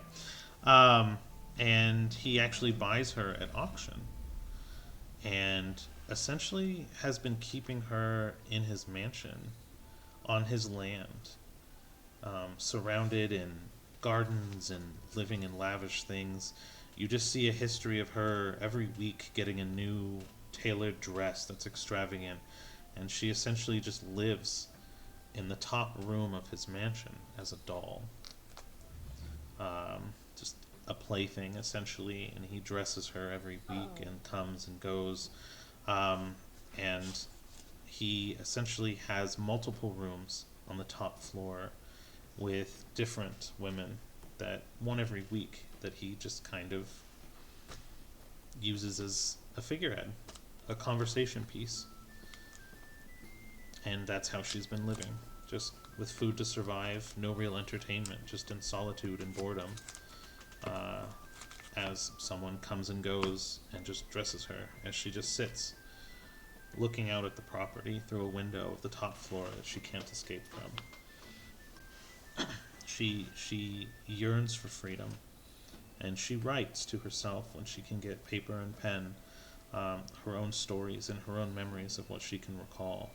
And so you kind of you read and see in the book that her history is just what she can remember in tomes that she's written, and there's probably about 100 books that she's written in captivity of just her memories, most of which contain just memories of Gale's childhood and how she misses him and wishes to see the man he becomes, but also the memories almost to keep her own sanity in the moment of just being trapped in this room without the power to escape.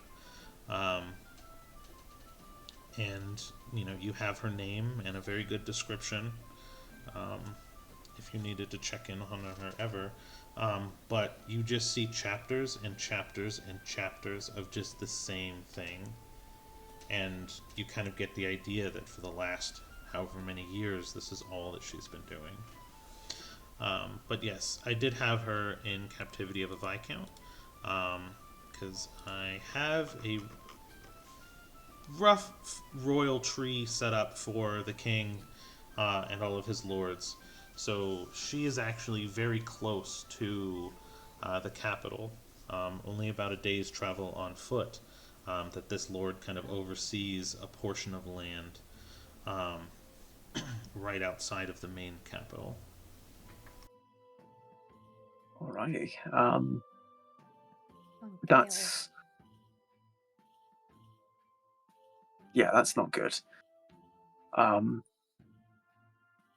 But hey, we know where she is. Yeah. We know that she wants to be free, and we can help her. And we're gonna do that. By the way, you said that we now know her name. Doku, what is her name? I don't know, Gail, what's her name? Oh, but I think her first name was look, her name would be Alyssa Van Deer. Oh, that's such a pretty name. I specified that for you because as someone who can see people as long as they kind of know what they look like, a brief description, a name, that kind of stuff, I was essentially thematically giving you access to that. Or, Thank you. or story-wise giving you access to that if needed. Nice. Because right now, like, without knowing who she is, you can't be like, I want to know where she is with the eye. You know what I mean?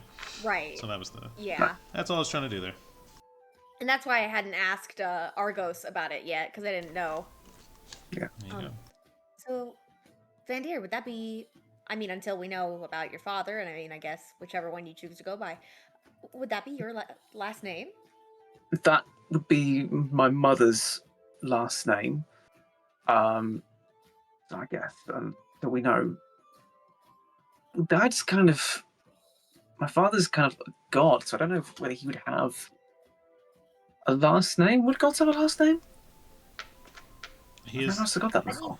Kiddis's last name is Velta, but that's her name as a goddess. So His name is Tempest, right? So is Tempest my surname, or is I don't like it. let's vote. Yeah. Let's vote no on that. I mean, hey, my last name isn't what it. I changed my last name because I wanted to. So it's in your court. So the elemental lords and primordials do not typically have last names. They have essentially nicknames based off of achievements. So Has he achieved anything? so yeah. Let me see what he is. Stay at home, Dad. He's Tempest the Crushing Wave. Damn, that is a cool surname. Cool. Sophie just messaged me Dodger of child support.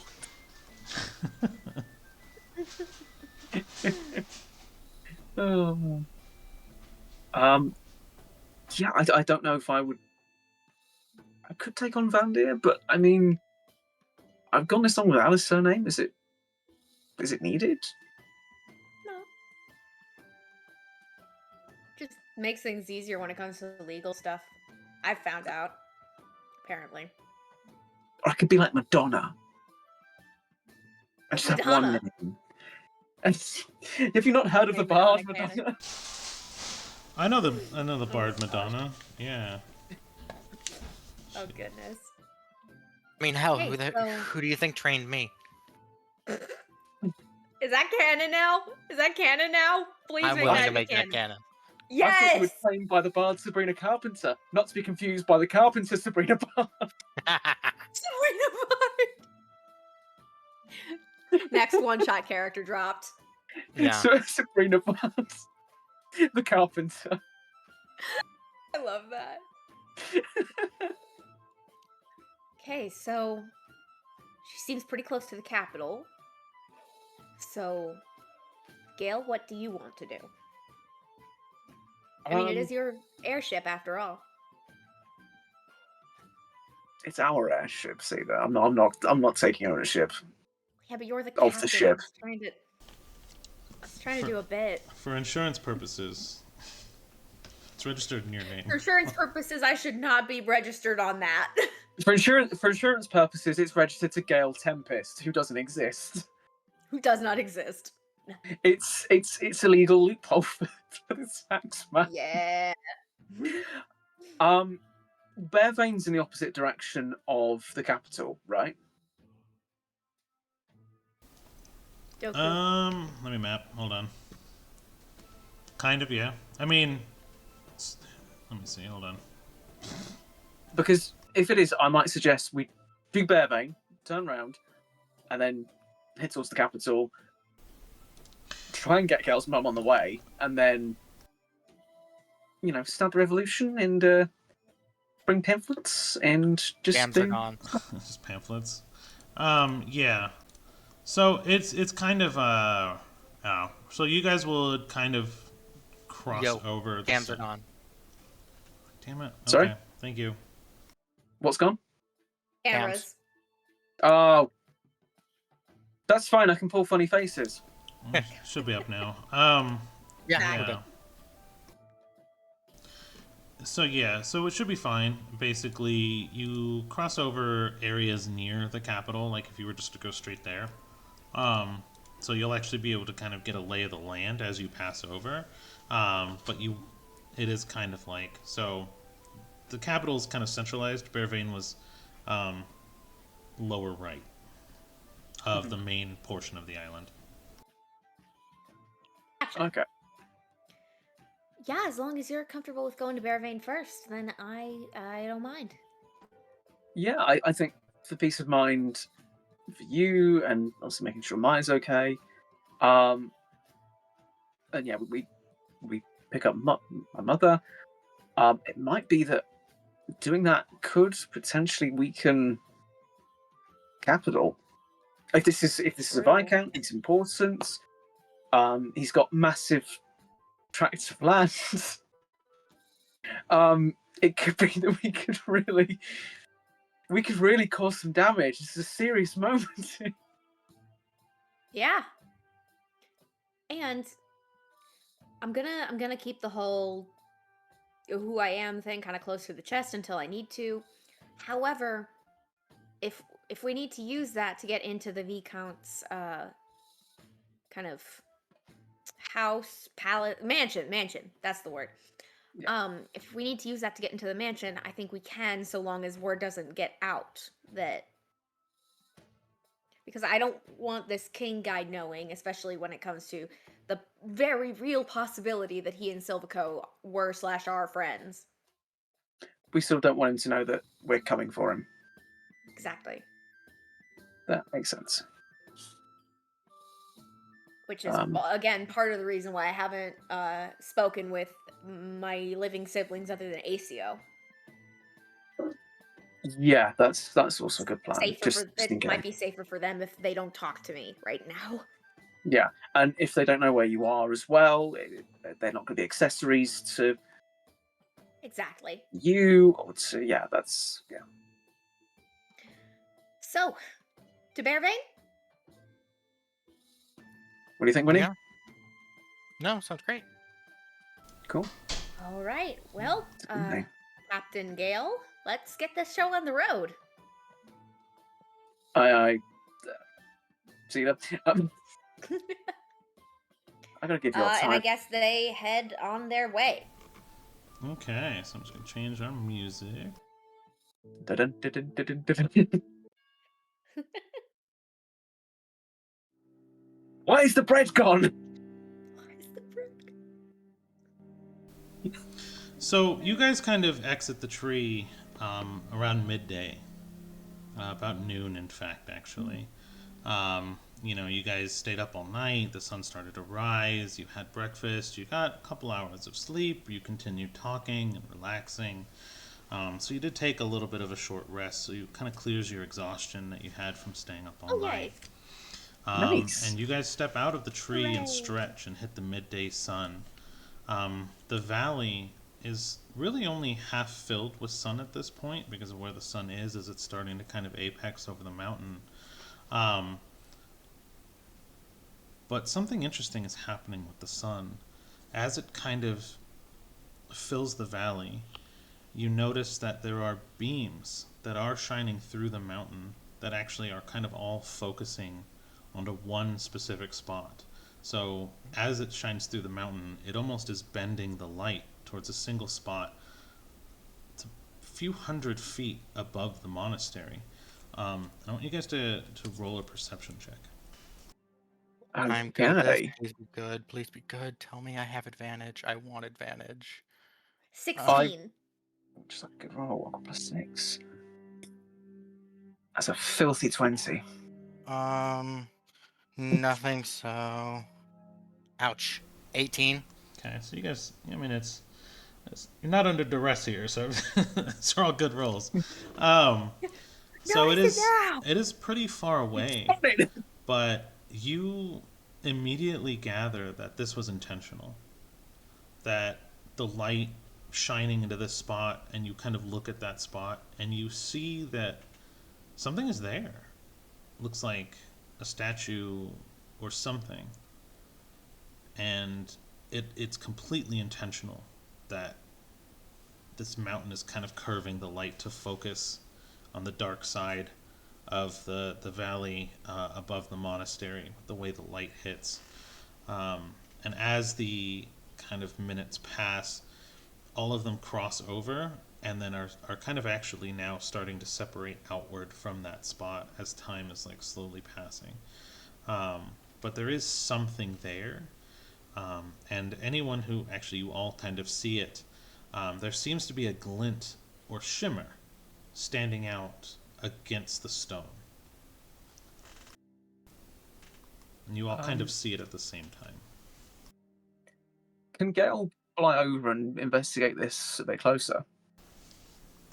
Yeah, if you guys wanted to. When he's just gone full crow mode and went, ooh, shiny. Cedar's like looking at it, like trying to figure out what it is. Like she's kind of like, she's gonna kind of follow Gale as he flies towards it. She's also gonna fly towards it, just kind of a little more cautiously though. When he's just like sticking out of Pablo's chest, onward, Pablo, to the shiny. Like a messed up cuckoo clock. Yeah. Instead of cawing, you just say, "I'm a monster." So you guys all kind of fly up. And as you get closer and closer, you realize it's a statue. And you kind of land. And you actually see that the light that's curving in the mountain actually is shining into the spot and illuminating a small cavern. And the only thing in this cavern that's fully lit up by the kind of curving sun is a statue.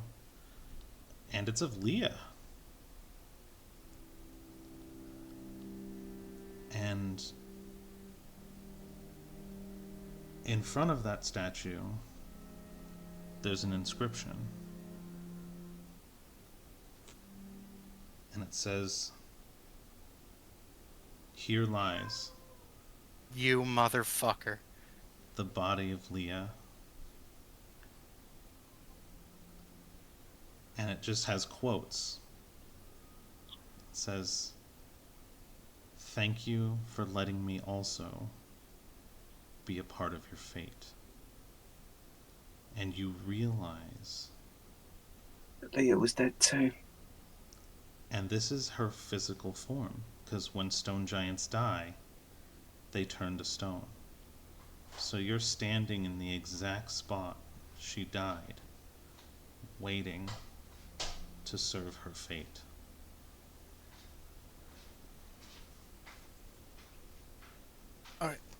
and Let me say something, and then I'm gonna let Gale get to it.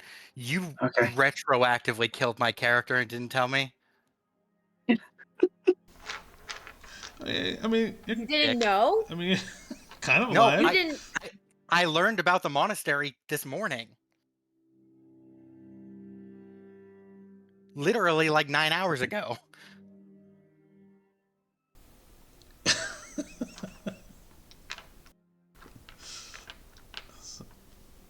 Oh man, it's all a game. It's all a game. Could we take our 5 minutes now just to what? Huh? And silence kind of fills the cavern as you realize that Leah is standing before you, and time is now set right, and everything is as it should be. That even her was to set you upon your path that you're walking now. Is there anything you want to do before we take our 5-minute break? Yeah. Gale will sort of approach the statue. I'm stunned. He will sort of take a moment to look at her face one more time.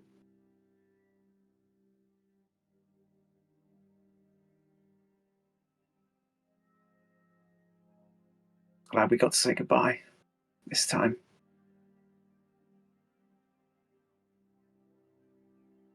Even after it all, I didn't see this one coming.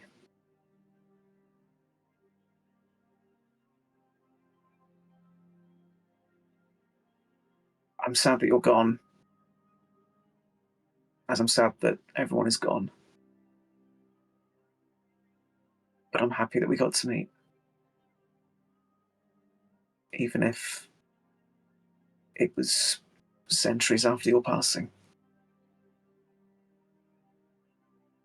I hope you know that your role in my journey was so much.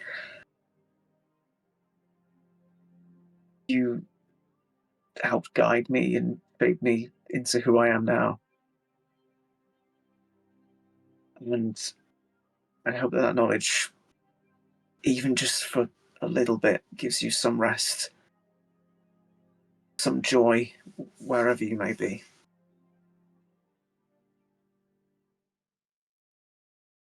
Thank you, sis. We'll see each other again soon.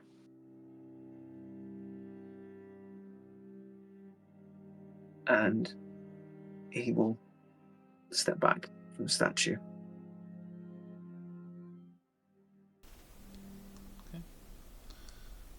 While this is happening, you do notice the glinting that actually caught the light that you guys saw in the first place is actually a ring that's on the statue. So the way it's posed is she is kind of holding her weapon, and it's kind of pressed into the ground, and her hands are wrapped around the hilt of the weapon, kind of at her sternum, and there is a ring. It's the only thing not petrified with her when she died where she stood. I pick it up. Okay. And then we'll take our 5-minute break and resolve what happens when we get back. Oh my gosh! Doku, I have some very choice words for you that I'm trying not to use. There are children present. Let's save this for once we're not live. Let's save the words for after we're not live. Yeah. Also, I love the fact that you put a ring in front of a guy with the statue of a hobbit who has read Lord of the Rings and who normally has the hair of Samwise Gamgee. Yeah, you're welcome. If you get the one ring off my dead body, I'm stabbing Doku. Right. He turns I would be invisible. happy. Not for you to stab Doku, but just because there's the one ring. Alright. We'll pause here then. We'll see you guys in just a few minutes. Oh, see you in a few minutes after that. How boy.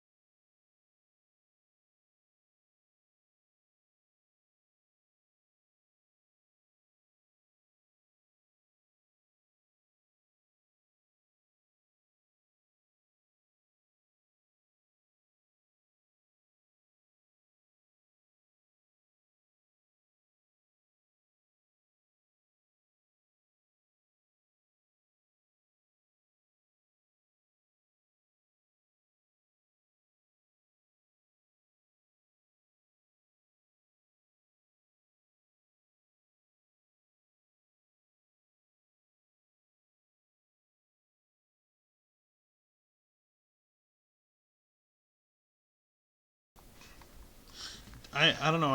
I wish that was on camera. I think I just heard depression makes me feel good in the Ghostbusters theme.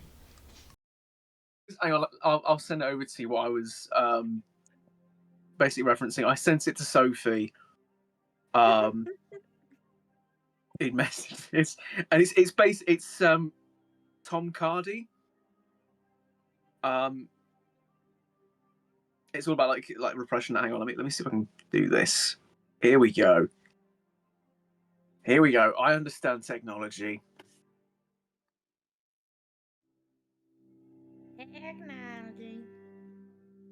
Technology.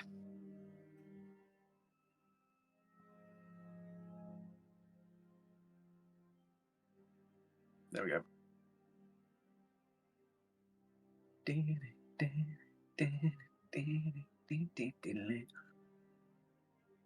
Also, yeah, I agree, Ray.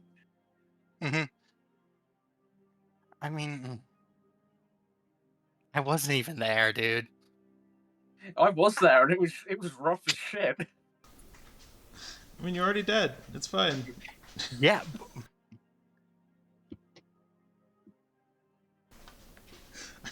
I just used your death for my own means. Sorry. Mm. But hey, let's skip the tears and start on the whole, Yeah. being dead thing. Uh-huh. All right. So you take the ring, and it feels warm in your hand, almost precious. Wait, hang on. I think I have. Yes, I do. Yes, I do. So my Nice. wife just yelled at me. She's like, "Chill the fuck out! You're going to horny jail."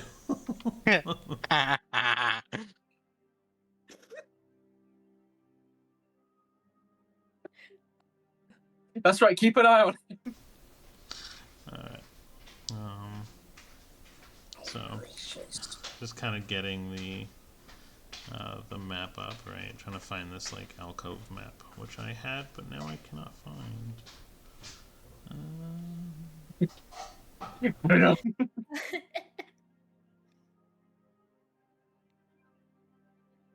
She does fit. That's awesome. I'm taken now by Sauron. My gosh. If there was ever a session for Tara to be in, this would Mhm. be. Mm-hmm. Mm-hmm.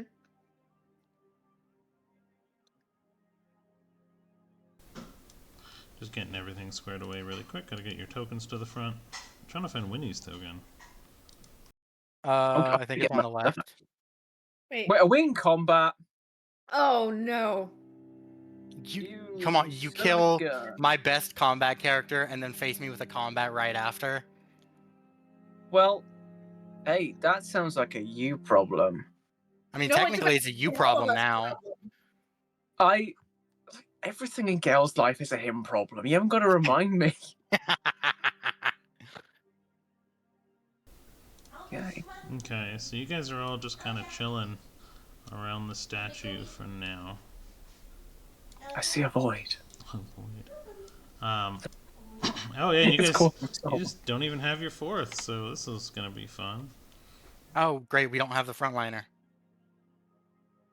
Yeah, we do. We got Cedar. Oh wait. Yeah. No, boy. frontliner, not punching bag.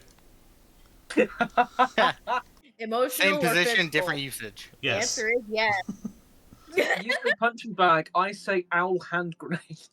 Yeah. That's a thing. Oh my god.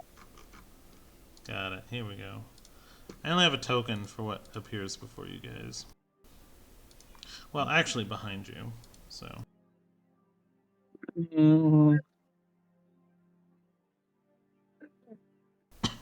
Yay. So I put the token up on maps for you. That's not Sauron. And what you kind of notice is that when Gale takes the ring and he kind of feels the warmth and closes it in his hand. A sudden chill forms inside the cavern. You can kind of feel the moistness in the air start to freeze as the humidity turns into ice crystals inside your lungs as you breathe. And just the feeling of dread and death as the sun begins to move away from the cavern and it falls a little darker. You see almost a wispy, cloaked figure with a skull for a head, holding a scythe made out of tree roots and moonstone. Cool. Sits behind Gale. As a Now- cold, Does Winnie notice this? as a cold breath sends a chill down his spine. And you all notice at the same time, because we're all rolling for initiative. You motherfucker. Okay. Before I roll for initiative, because it's just what I do, and it's definitely what Winnie would do in this situation, given her decade of experience adventuring. God, words. I feel you, dude. Yeah. God. Yeah. I mean, my character just rolled just a died, one. and now I'm in combat. So did I. Okay. Can I roll like investigation, perception, insight, history, anything? Do I know what this is? Because Can I I know roll what this is. anything? But does Winnie?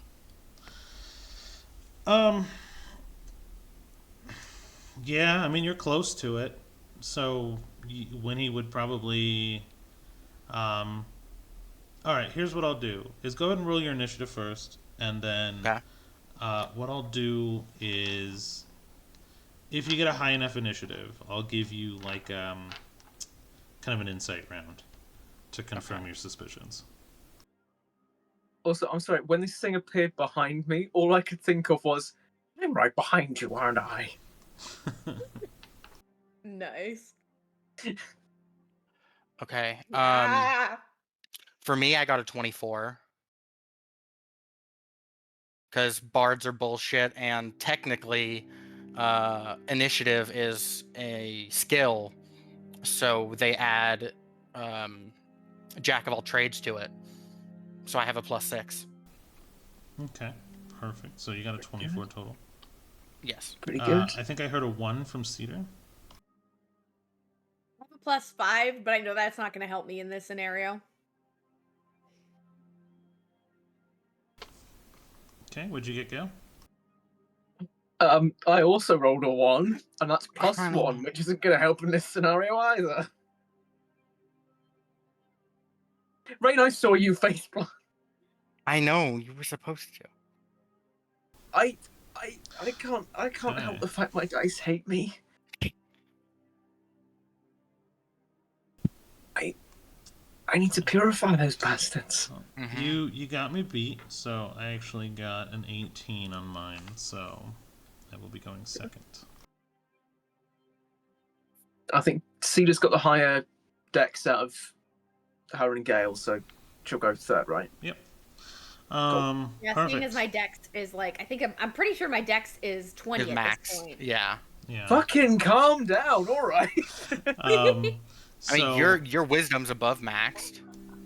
It is, yeah, that's true. if you want to do your pre-combat roll, tell me what it is and what you're looking for.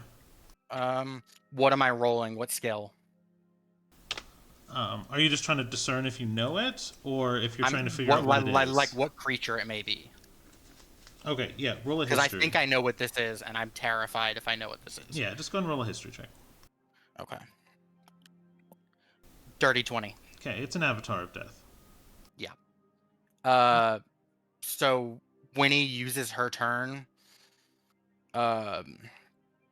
And did Winnie notice when this thing spawned in? You guys all realized at the same time, because basically what ended up happening is like the humidity But do we know what triggered crystallized moments after taking the ring. Okay. So you make the assumption that the ring, grabbing it off, did the thing. Okay. Put it back, put it Then back, put it back, put it back, put it back. I'm All gonna this do the of a best thing for the small group. thing. I'm gonna do the best thing for the group, and I go and I place myself right behind Cedar.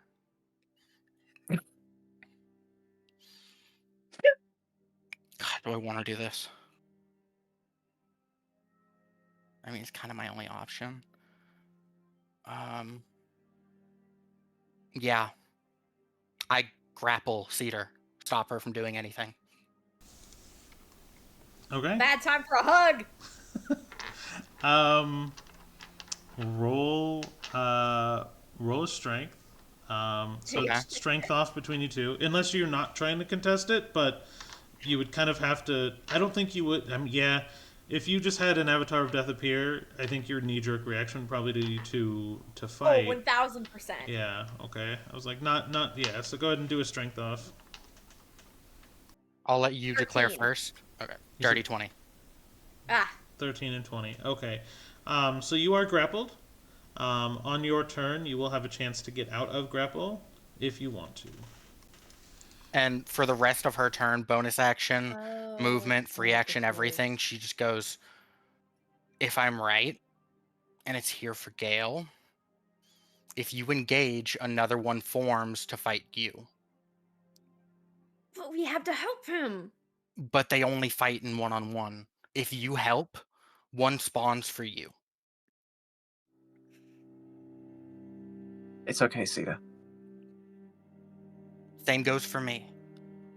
This is best as a one-on-one fight. Okay. If it gets bad, I do have healing that I don't know if that would count as my engaging. It might do, but we We'll can just cross cross that when we bridge come when we to it. get there. Yep. Yeah. I have an idea to check above game. I have an idea to check, but I'll wait for my turn. Okay. I just told Cedar I was in love with her as well. You. Why would you do that? That was such a you It's a red flag. flagged yourself. Yeah, it's a flag. Flag 100%. yourself. Why would you do that, Harry? Because Gale wanted to tell her. No, I know. It was really sweet, and I really liked that It scene. was But adorable, also, and I hate why? Doki for ruining it. Why would you do this? Because it makes sense. No! The fact that you guys didn't already assume this was happening. I mean, in a way, I kind of knew something was gonna happen, especially because you've been texting on the chat on Discord, like, oh Cedar, like someone said, oh Cedar needs to be sad 24/7, and you said, oh she's about to be. Yeah. Yo, what? Yeah, yeah. So I've been seeing that on the sidelines this whole time. You read that, did you? Yes, I read the chat. Okay, first of all, the people in chat need to calm down. Okay. I'm a Cedar. secondary chat person. So this is the best part. Is it's technically the Avatar's turn. And it holds action. I don't like it. And passes like to this. Cedar. Cedar, for my action, I'm gonna pull out the curator book. Be like, flip it open as fast as I can. Okay. With how these work, can Winnie heal Gale? Or will that make another one of them? So you're trying to In find... all recorded history of these being an existent creature, can people heal without getting engaged in a fight? Alright, this is what I'm going to have you do. I'm going to have you roll a history check. Because you're speed rating right now. You know what? I'm gonna say that Winnie, with my history check, is just going back through her memory of her decade of adventuring, trying to remember anything about this. Can I justify giving Cedar Bardic for this? Since you were grappled, don't you need your hands as a... I don't think so. I'm pretty sure it's pure verbal. You start going, blah, blah, blah. Well, no, I literally like, just start "I'm rambling off my own sensing him." knowledge. Yeah, because you can do it as a bonus action, right? So let's Yeah. see here. Stirring words or music. It doesn't specify. Yeah, it's charisma. So yeah, okay. Well, we'll say that you did it. Well, yeah, okay. We'll say that you did an inspiration before you grabbed her, but you did not do it to. So yeah, we can retcon that round because you kind of sacrificed your bonus action when you still had it technically. So Yeah, that's we'll fair. say you did a bardic, and you were just kind of And like, if not, that's fine. I want to Yeah. try. you were just like, don't attack it, don't. Oh, no. Okay. So Cedar added D10 to whatever you roll. Okay. What am I rolling, Doku? History. History. History. All right.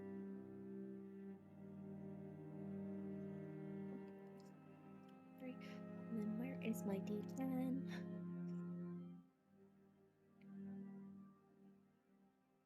28. Damn. Okay. So the recounts are different. So you kind of just like a history of, avatars of death and their encounters, right? And you're kind of like speed reading, and you read a couple lines where their judgment seems to be more in the moment. So in some cases, even speaking to the person and trying to assist them with like knowledge counted as a spawn. And in some other cases that it didn't. In some cases there was like a cantrip to light up the room cast where it triggered it, but in some cases it didn't. So it seems to be an unanswerable question because it's per engagement, and seemingly from what you can tell how the avatar is feeling at the time as of what they count as assisting.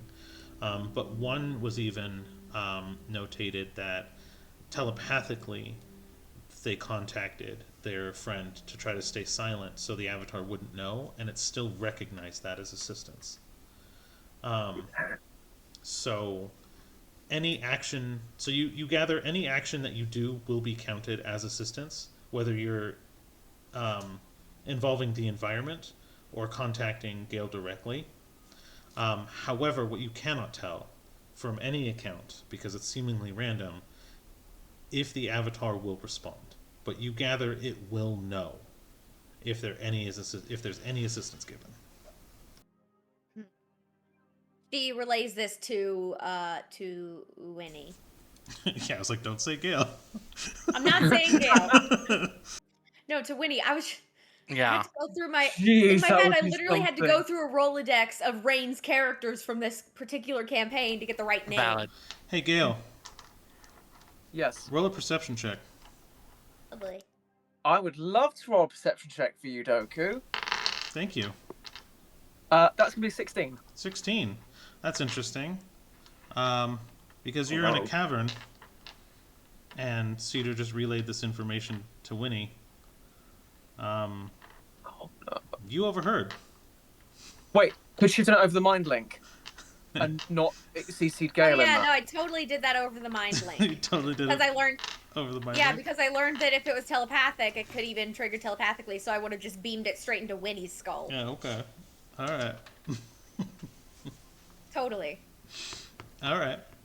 I know your game, Dungeon Master. I ain't falling for that shit. Good job, Harry. Technically, Good you one. didn't specify that when you Yeah. told Winnie. Well, I'm specifying it now. We can retcon it. We can retcon it. Yeah, that's your decision. Heck on. All right. Heck I mean, on. yeah, no. I think we're all making the executive decision. You murdered Gale's family, murdered my character Yeah. without telling me. I think we're making the executive decision this time. You just get all the Yeah. like I have to deal with the turmoil, so We're I get the running a fucking retcons. campaign now. I'm the GM now. Exactly. Look in my eyes. Yes. You traumatize us, we get a few retcons. We are the That's Flash how now, Doku. Oh gosh. I think my players are having a revolt because they're finally over my shenanigans. Yes. All right. How So many you, We're gonna Now start a there's final revolution point. in and out of game. you beam it to Winnie and through the mind link, and Gale does not overhear. Is that your turn then? I mean, did you want to try to struggle me? to get out or anything? Or are you just gonna let Winnie hold you? I'm gonna let Winnie hold me because Cedar's gonna just be like, okay. For what it's worth, it's probably a little bit comforting right now. Honestly, yeah, which is the Yeah. only reason why she's not still like trying to get out of it is because she sees Winnie as a friend. She's friend height. Right? If not Winnie friend, is why friend friend shaped? Okay. Well, no, this one's friend height for Sophie. Yeah. I didn't say Cedar, I it's said Sophie. halfling. Appreciate. Hey! Cedar and Sophie are the same height. Exactly. Okay. Sure. So, I have it written down. with that, being 4'11", that's absolutely fine. It makes it easier to hold. I am 5'1.5". Don't join my dad in the Just thing hit saying after the hit 4'11", after hit. It Doku. doesn't stop. But yes, That was- so this That will was bring us brave to of you, man. this will bring us to Gale. One of these days, Doku. Okay. Here's the thing. Gale's an idiot, but I think he understands causality. He's going to sort of realize picking up the ring is probably what summoned this thing. Given that was the only sort of notable thing that anybody did aside from breathe. So he's going to take a minute. He's going to pop it back down on Leah's resting place. And I don't think Gale's going to draw first blood. Okay. He's going to try and... Can I do an insight check on this thing and see if I can figure out, what this thing wants? Does it want me dead? Does it want me to pay some kind of penance? What's the deal here? Interesting.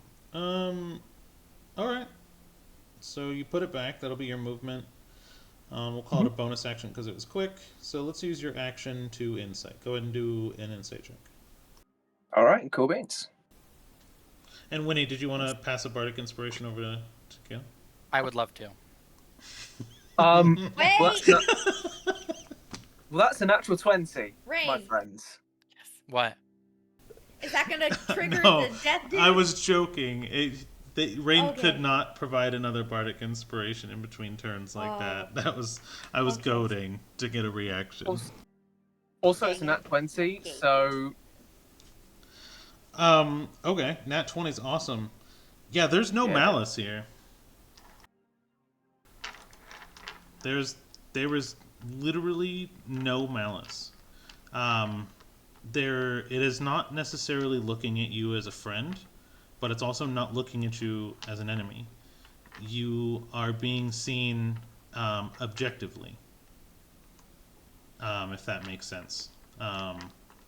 So it is here doing a duty, but not out of any sort of curse, not out of any malice. It's very neutral. Okay, you know what? I'm making a co-DM executive decision here, and I'm jumping in because I like where you're going, but I have something to add. I would say you also just kind of get the feeling that, like, yeah, it's Leah.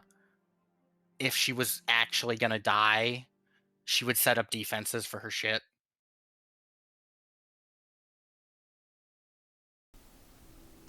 Cool. Okay, did you hear me being all mushy and that just No. now, Leah? And with that, the Avatar of Death takes its action. Does a 24 beat your AC? It does, yes. Okay. Let me double check my damage here. Perfect. Okay. So that's 14 damage plus some necrotic. Give me 1 second. No. Okay. So you have 14 bludgeoning damage, and actually a low roll on the necrotic, only 6. So what ends up happening is it's holding its root and moonstone scythe in one hand, but it actually slugs you in the sternum, basically right into the chest and sternum, straight into the armor, with such force that it actually knocks the wind out of you, and you take 14 damage. And then the cold creep of just necrotic damage permeates through your chest, almost taking the air from your lungs. If you even needed to breathe it, you actually just feel a tightness um, from the damage. And you hear a voice lean into your ear and whisper, "You've been weighed, you've been measured, and you've been found wanting."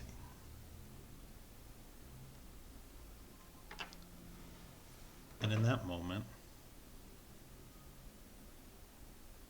it removes the skull that it was wearing on its head. And a much older, scarred face is smiling at you.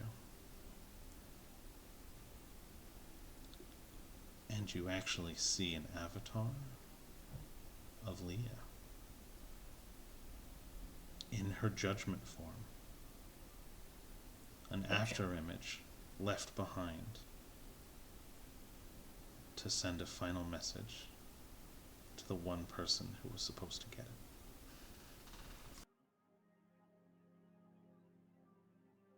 Fucking sucker punch to the stomach. God damn it, Leah.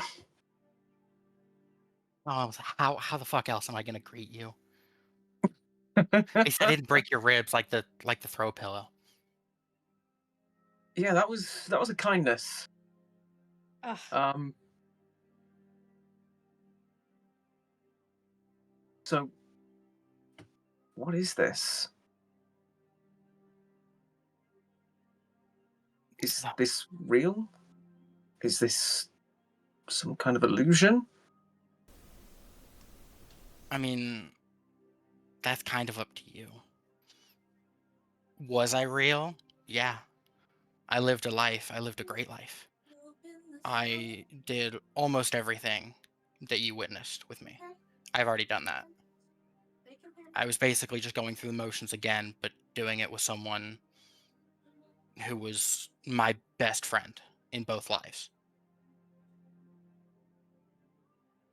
And as she's saying all this, she's gonna go, "Wow, all that wisdom, and you still didn't notice."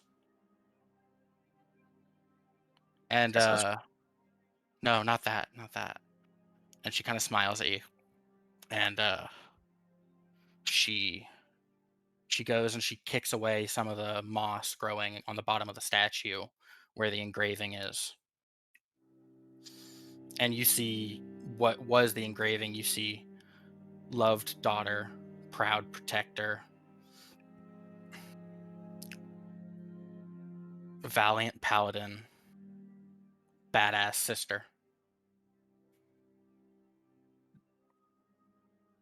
I mean, yeah. The most badass sister there ever was. In any lifetime.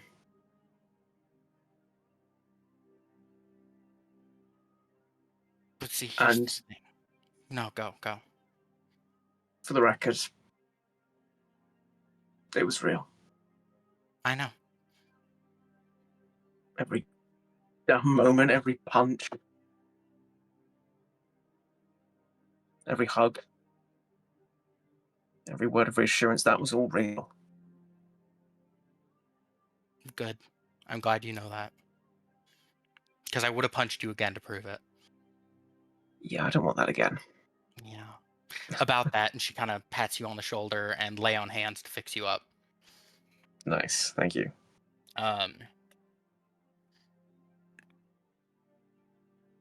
and then she goes, "But you know what your tiny little friend said? Not the throw pillow, the actual tinier one. Um, what she said wasn't wrong when y'all were doing the altar. Yeah, We didn't know. I mean, she wasn't. We got we got exactly that. We got a second chance. All of us. I mean, hell, I did things I've never done before, which is really weird. And I think with that, you kind of realize, like, at first you hadn't really taken it all in and taken it to account. The statue, which, as Doku said, is the actual dead Leah, isn't holding a sword like the Leah you knew. She's holding her warhammer, and she's wearing her old armor. She goes, I never became the champion of a fae in my first life. I never became the right-hand woman to a goddess in my first life.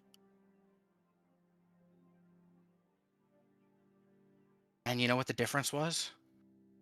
The key factor, the butterfly effect?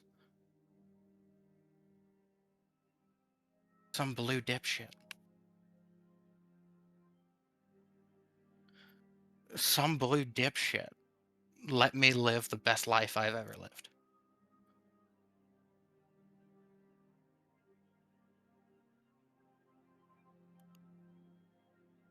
So, am I real? Oh. Was I real? Yes. Twice? Kinda. That was cool.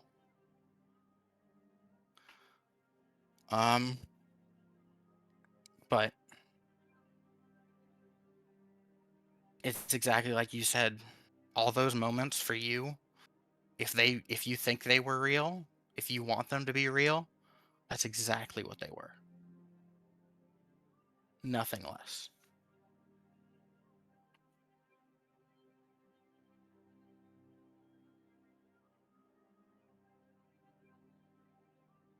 I mean, it's still a shock. Don't get me wrong. I know. But here's the thing. If I don't know if I'm gonna disappear, I hope I don't. I don't want to. I kind of like being the right-hand man to a goddess. That's fun. But right now is not about me. We'll figure that out in about 30 seconds. I don't know. But she goes,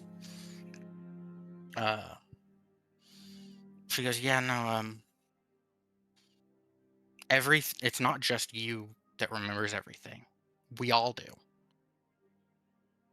We had centuries of just kind of living our lives on our new planes of existence, whether that's the Shadowfell, which, yeah, gonna have a word with Velta, because no one down there remembered me. Rude. Just a little bit. But you gave us new stories to tell. You, for what, near 30 years, I think, you gave us something to do, someone to love, someone to fight for.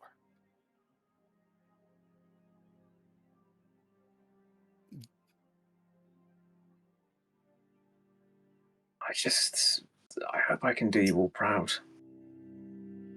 You already have. If I wasn't proud of you, I would not be here right now. If I wasn't proud of you, I would never want to see you again. I would be glad when I disappeared. I would have disappeared a lot sooner, personally, because I don't deal with things I don't like. Yeah. So, what does it tell you if I'm still here? I think you know what it tells me. Right. And if I may weigh in, and this is going to sound really blasphemous, especially coming from a paladin, but what the fuck do I care? I was an Oathbreaker even when I died the first time. Yeah. Fuck the gods. Fuck the fae. Back those you believe in.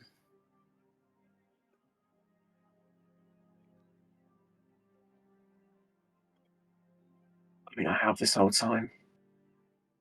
And I still do.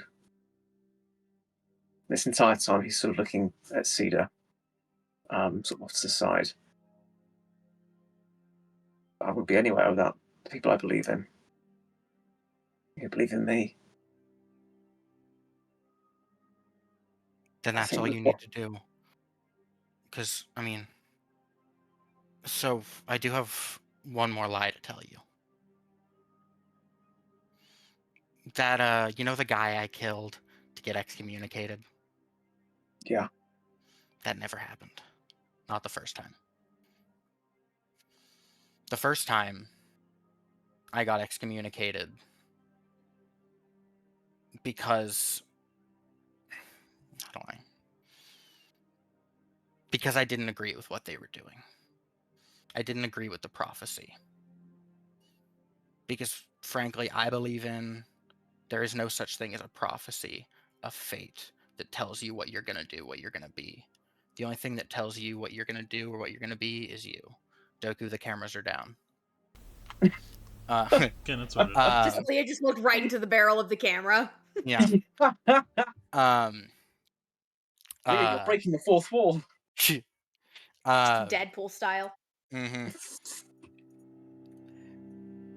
But she just goes, no, the only reason they brought me back wasn't even up to them, it was you.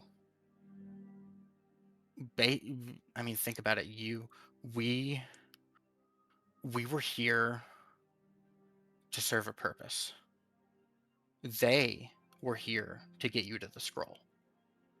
I was here to make sure you'd be okay.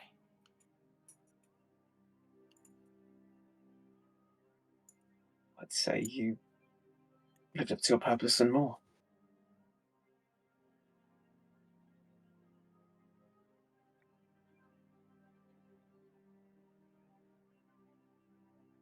You know, if I could do everything over again in both lives, I would do everything in the first life the exact same, so that I could come back to this one and do something differently in front of you. What would you do differently? Stay longer.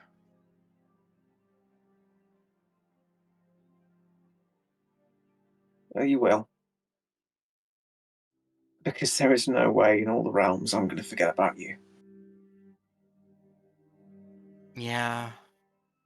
And no matter how much I do or don't want to, I will never forget about you, and I love that, but I will also never forget about that thing, and I don't know how I feel about that. I'm kidding. We made up at the end. You know that. I know, but it's still... It's me. If I didn't crack jokes, who would I be? true. Talking of which, and he sort of pulls her to one side almost. I remember when we were in the Shadowfell and you asked me how I felt about her, and I wasn't sure. Hmm. I'm sure now. And I told her. Good. Fight for that. Always. Because she's worth it. All of it. Every swing of my Yeah. blade, every ounce of pain. She's worth it. No, I got that, and that's what I was here for. I was here to make sure you'd be okay, and you became okay the moment you didn't need me anymore. The moment you had somebody else. And I love that, genuinely. Yeah, but it's not replacing you. I know. There's no replacing me. I'm too fucking big. I was going to say not replacing my sister, but sure, well, I mean, the I don't hole know. is massive. Like, that thing no, it doesn't work. Yeah. And then she kind of just turns to the side and goes, "I'm calling you short." What else is new? And I'm fighting on your behalf. What else is What new? else is new?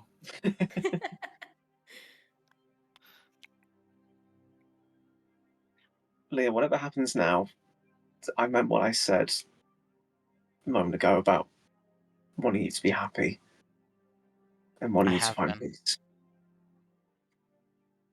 I've been happy for how old are you? Oh, at this point, I don't even know.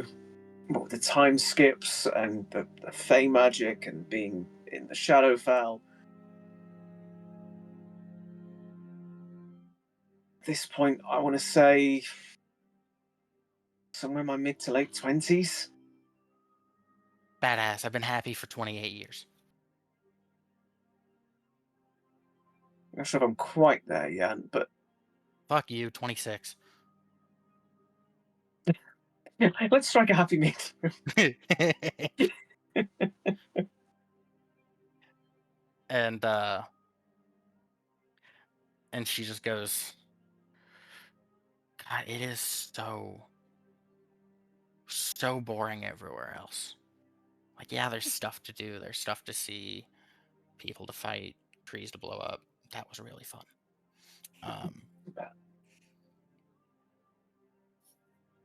But none of it comes close to kicking people's shit in by your side, or cracking jokes, or when we Cracking go ribs? steal. That was a me thing. That was just fun.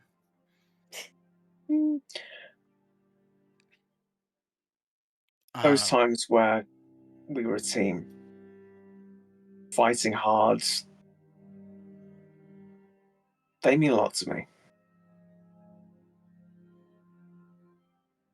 I wish you could stay with me and continue with us.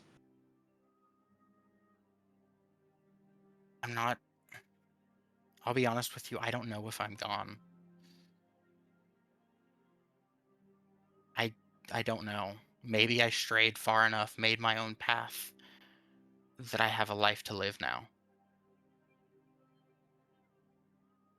I'm not tied down by my mortal body in any of the other planes.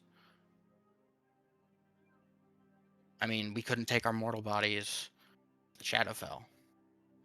Well, my mortal body is right there. So the only place I can't really exist is this one plane. But that still leaves, what, hundreds of planes for you to travel through? Exactly. You So could if see, I... Hmm? yeah, you could see everything. Nah, I just keep looking down on you. Well, it's got to be other me's, right? Yeah, but none of them are fun. There's this one called Tempest. He's kind of a dick. Ugh, I hated him. I don't think I ever met him. I did. He wasn't fun. It was Yeah. not.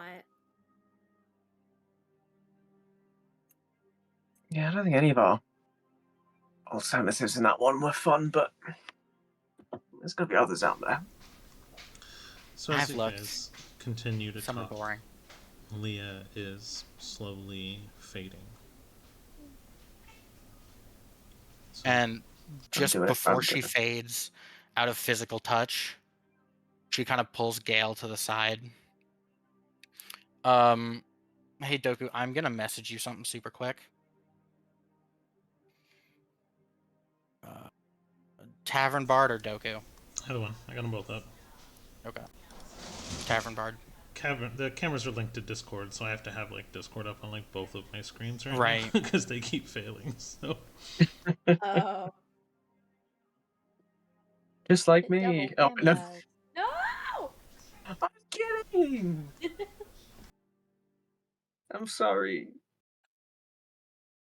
Banana and bread. What? Uh, Banana bread. but so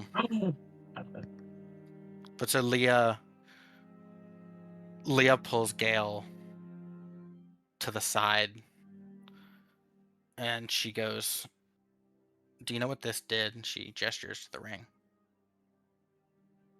What they do? It was enchanted to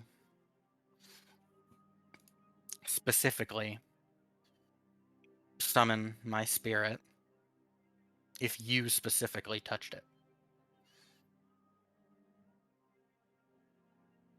And now that that's been fulfilled, the ring is a ring. So give it to her.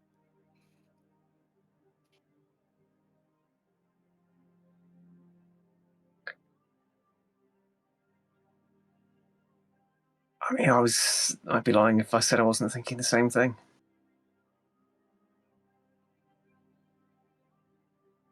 It would be, if she accepts, that won't happen for a while, but it'd be an honor. And if not, I'll still keep it with me.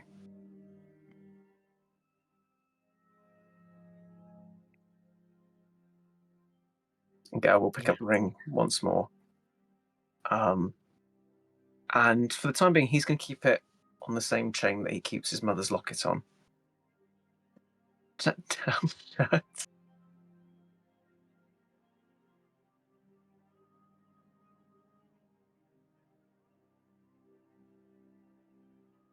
And she just kind of stands there for a minute in silence. It's just she's slowly fading away. And she just goes,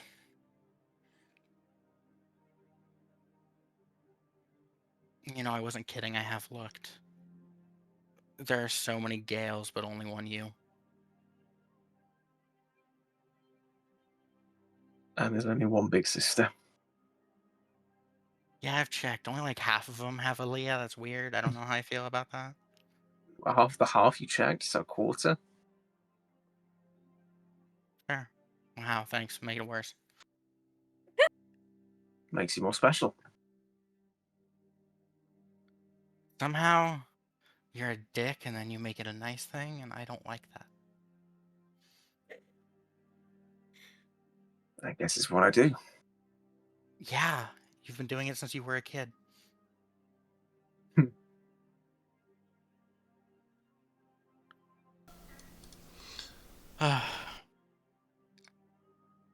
And then she just kind of turns over to Winnie for a second and goes, "Oh, and I did suplex the old man for you." And you just see Winnie in the corner.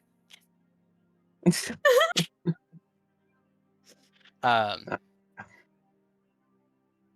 and she just kind of waits. Well, I'm going to say the same thing I said when we last said goodbye. I'm glad we got this.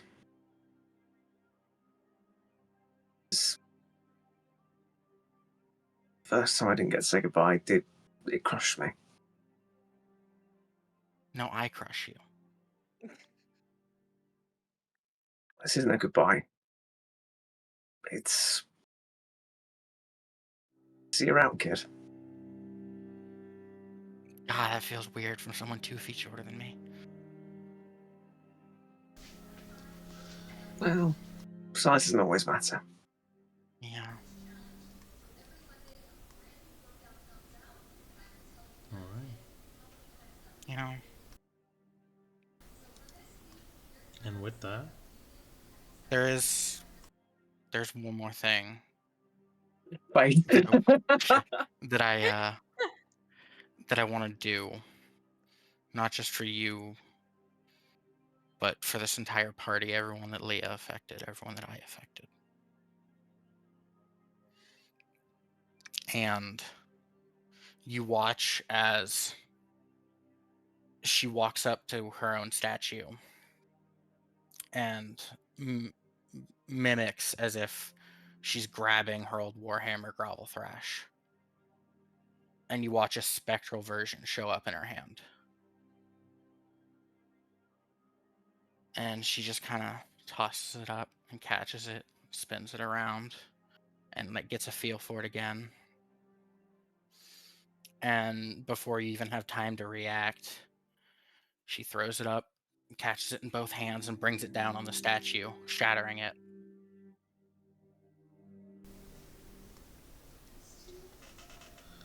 And when the dust settles, She goes and she grabs. She uses a little bit of what power she has left to summon 4 empty vials. And she takes some of the dust and puts some into each vial.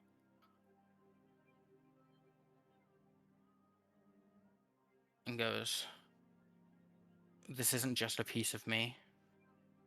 This isn't just stone. This is stone giant stone.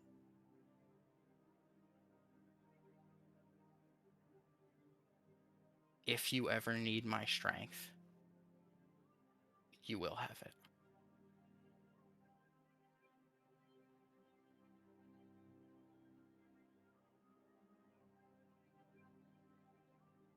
And on top of that, I heard your plan. You'll have the backing of the Death Giants too.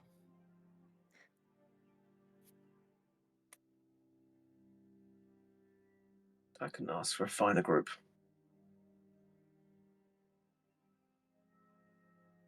Thank you. And she just kind of grabs you by the collar, throws you up in the air about a foot or two, catches you with one arm in her signature hug, and gives you this just crushing, spine-breaking hug, like death grip hug, No. that only lessens as she fades away. Oh, Rain. Damn it. That hit hard. Mm-hmm. That hit. Oh, you are merciless. Yeah. all right. And we'll flash to something a little more lighthearted. So, in Shadowfell, Leah wakes up as if she was just taking a nap. She's at a giant oaken desk with bags upon bags and piles of feathers stacked up right next to her.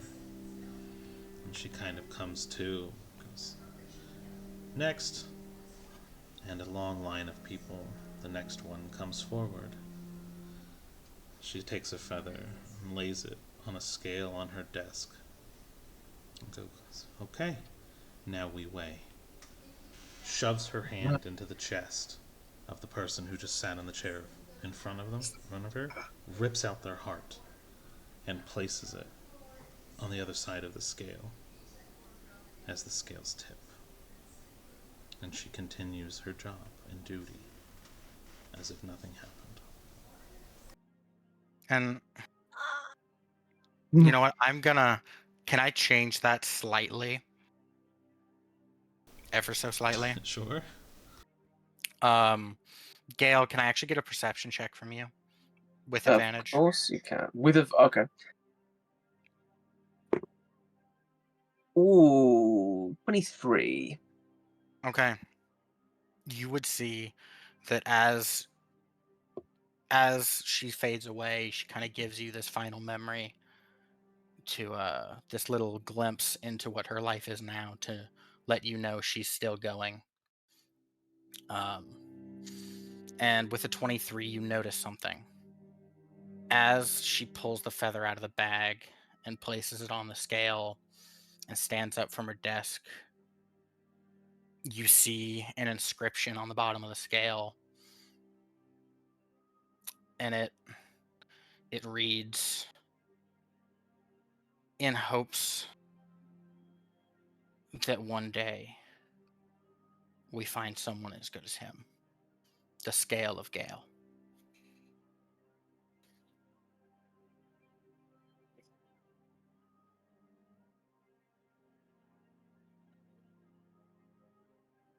Discord's not even picking up the noises I'm making right now. I have no words, no reaction. Oh. My gosh. Well, I think honestly, I mean, it might be 20 minutes early, but we can probably call it for now. Just end on a somber note. No. Okay. This is sweet. Not somber, Yeah. bittersweet. Yeah. Bittersweet. That'll Yeah. Wow. That was. Whew. Holy crap, guys! What? What? What? You two. What are we even doing here? we just get together. We have a time, don't we? Yeah. That's good stuff. All right. So I'll go That's ahead good. and end the stream for now. Thank you all those who popped in and watched. Thank you, Yeah. everybody. Thank you for joining us. And we will see you all And soon. See you next you time. soon. Slightly less trauma. Hopefully. Maybe. No.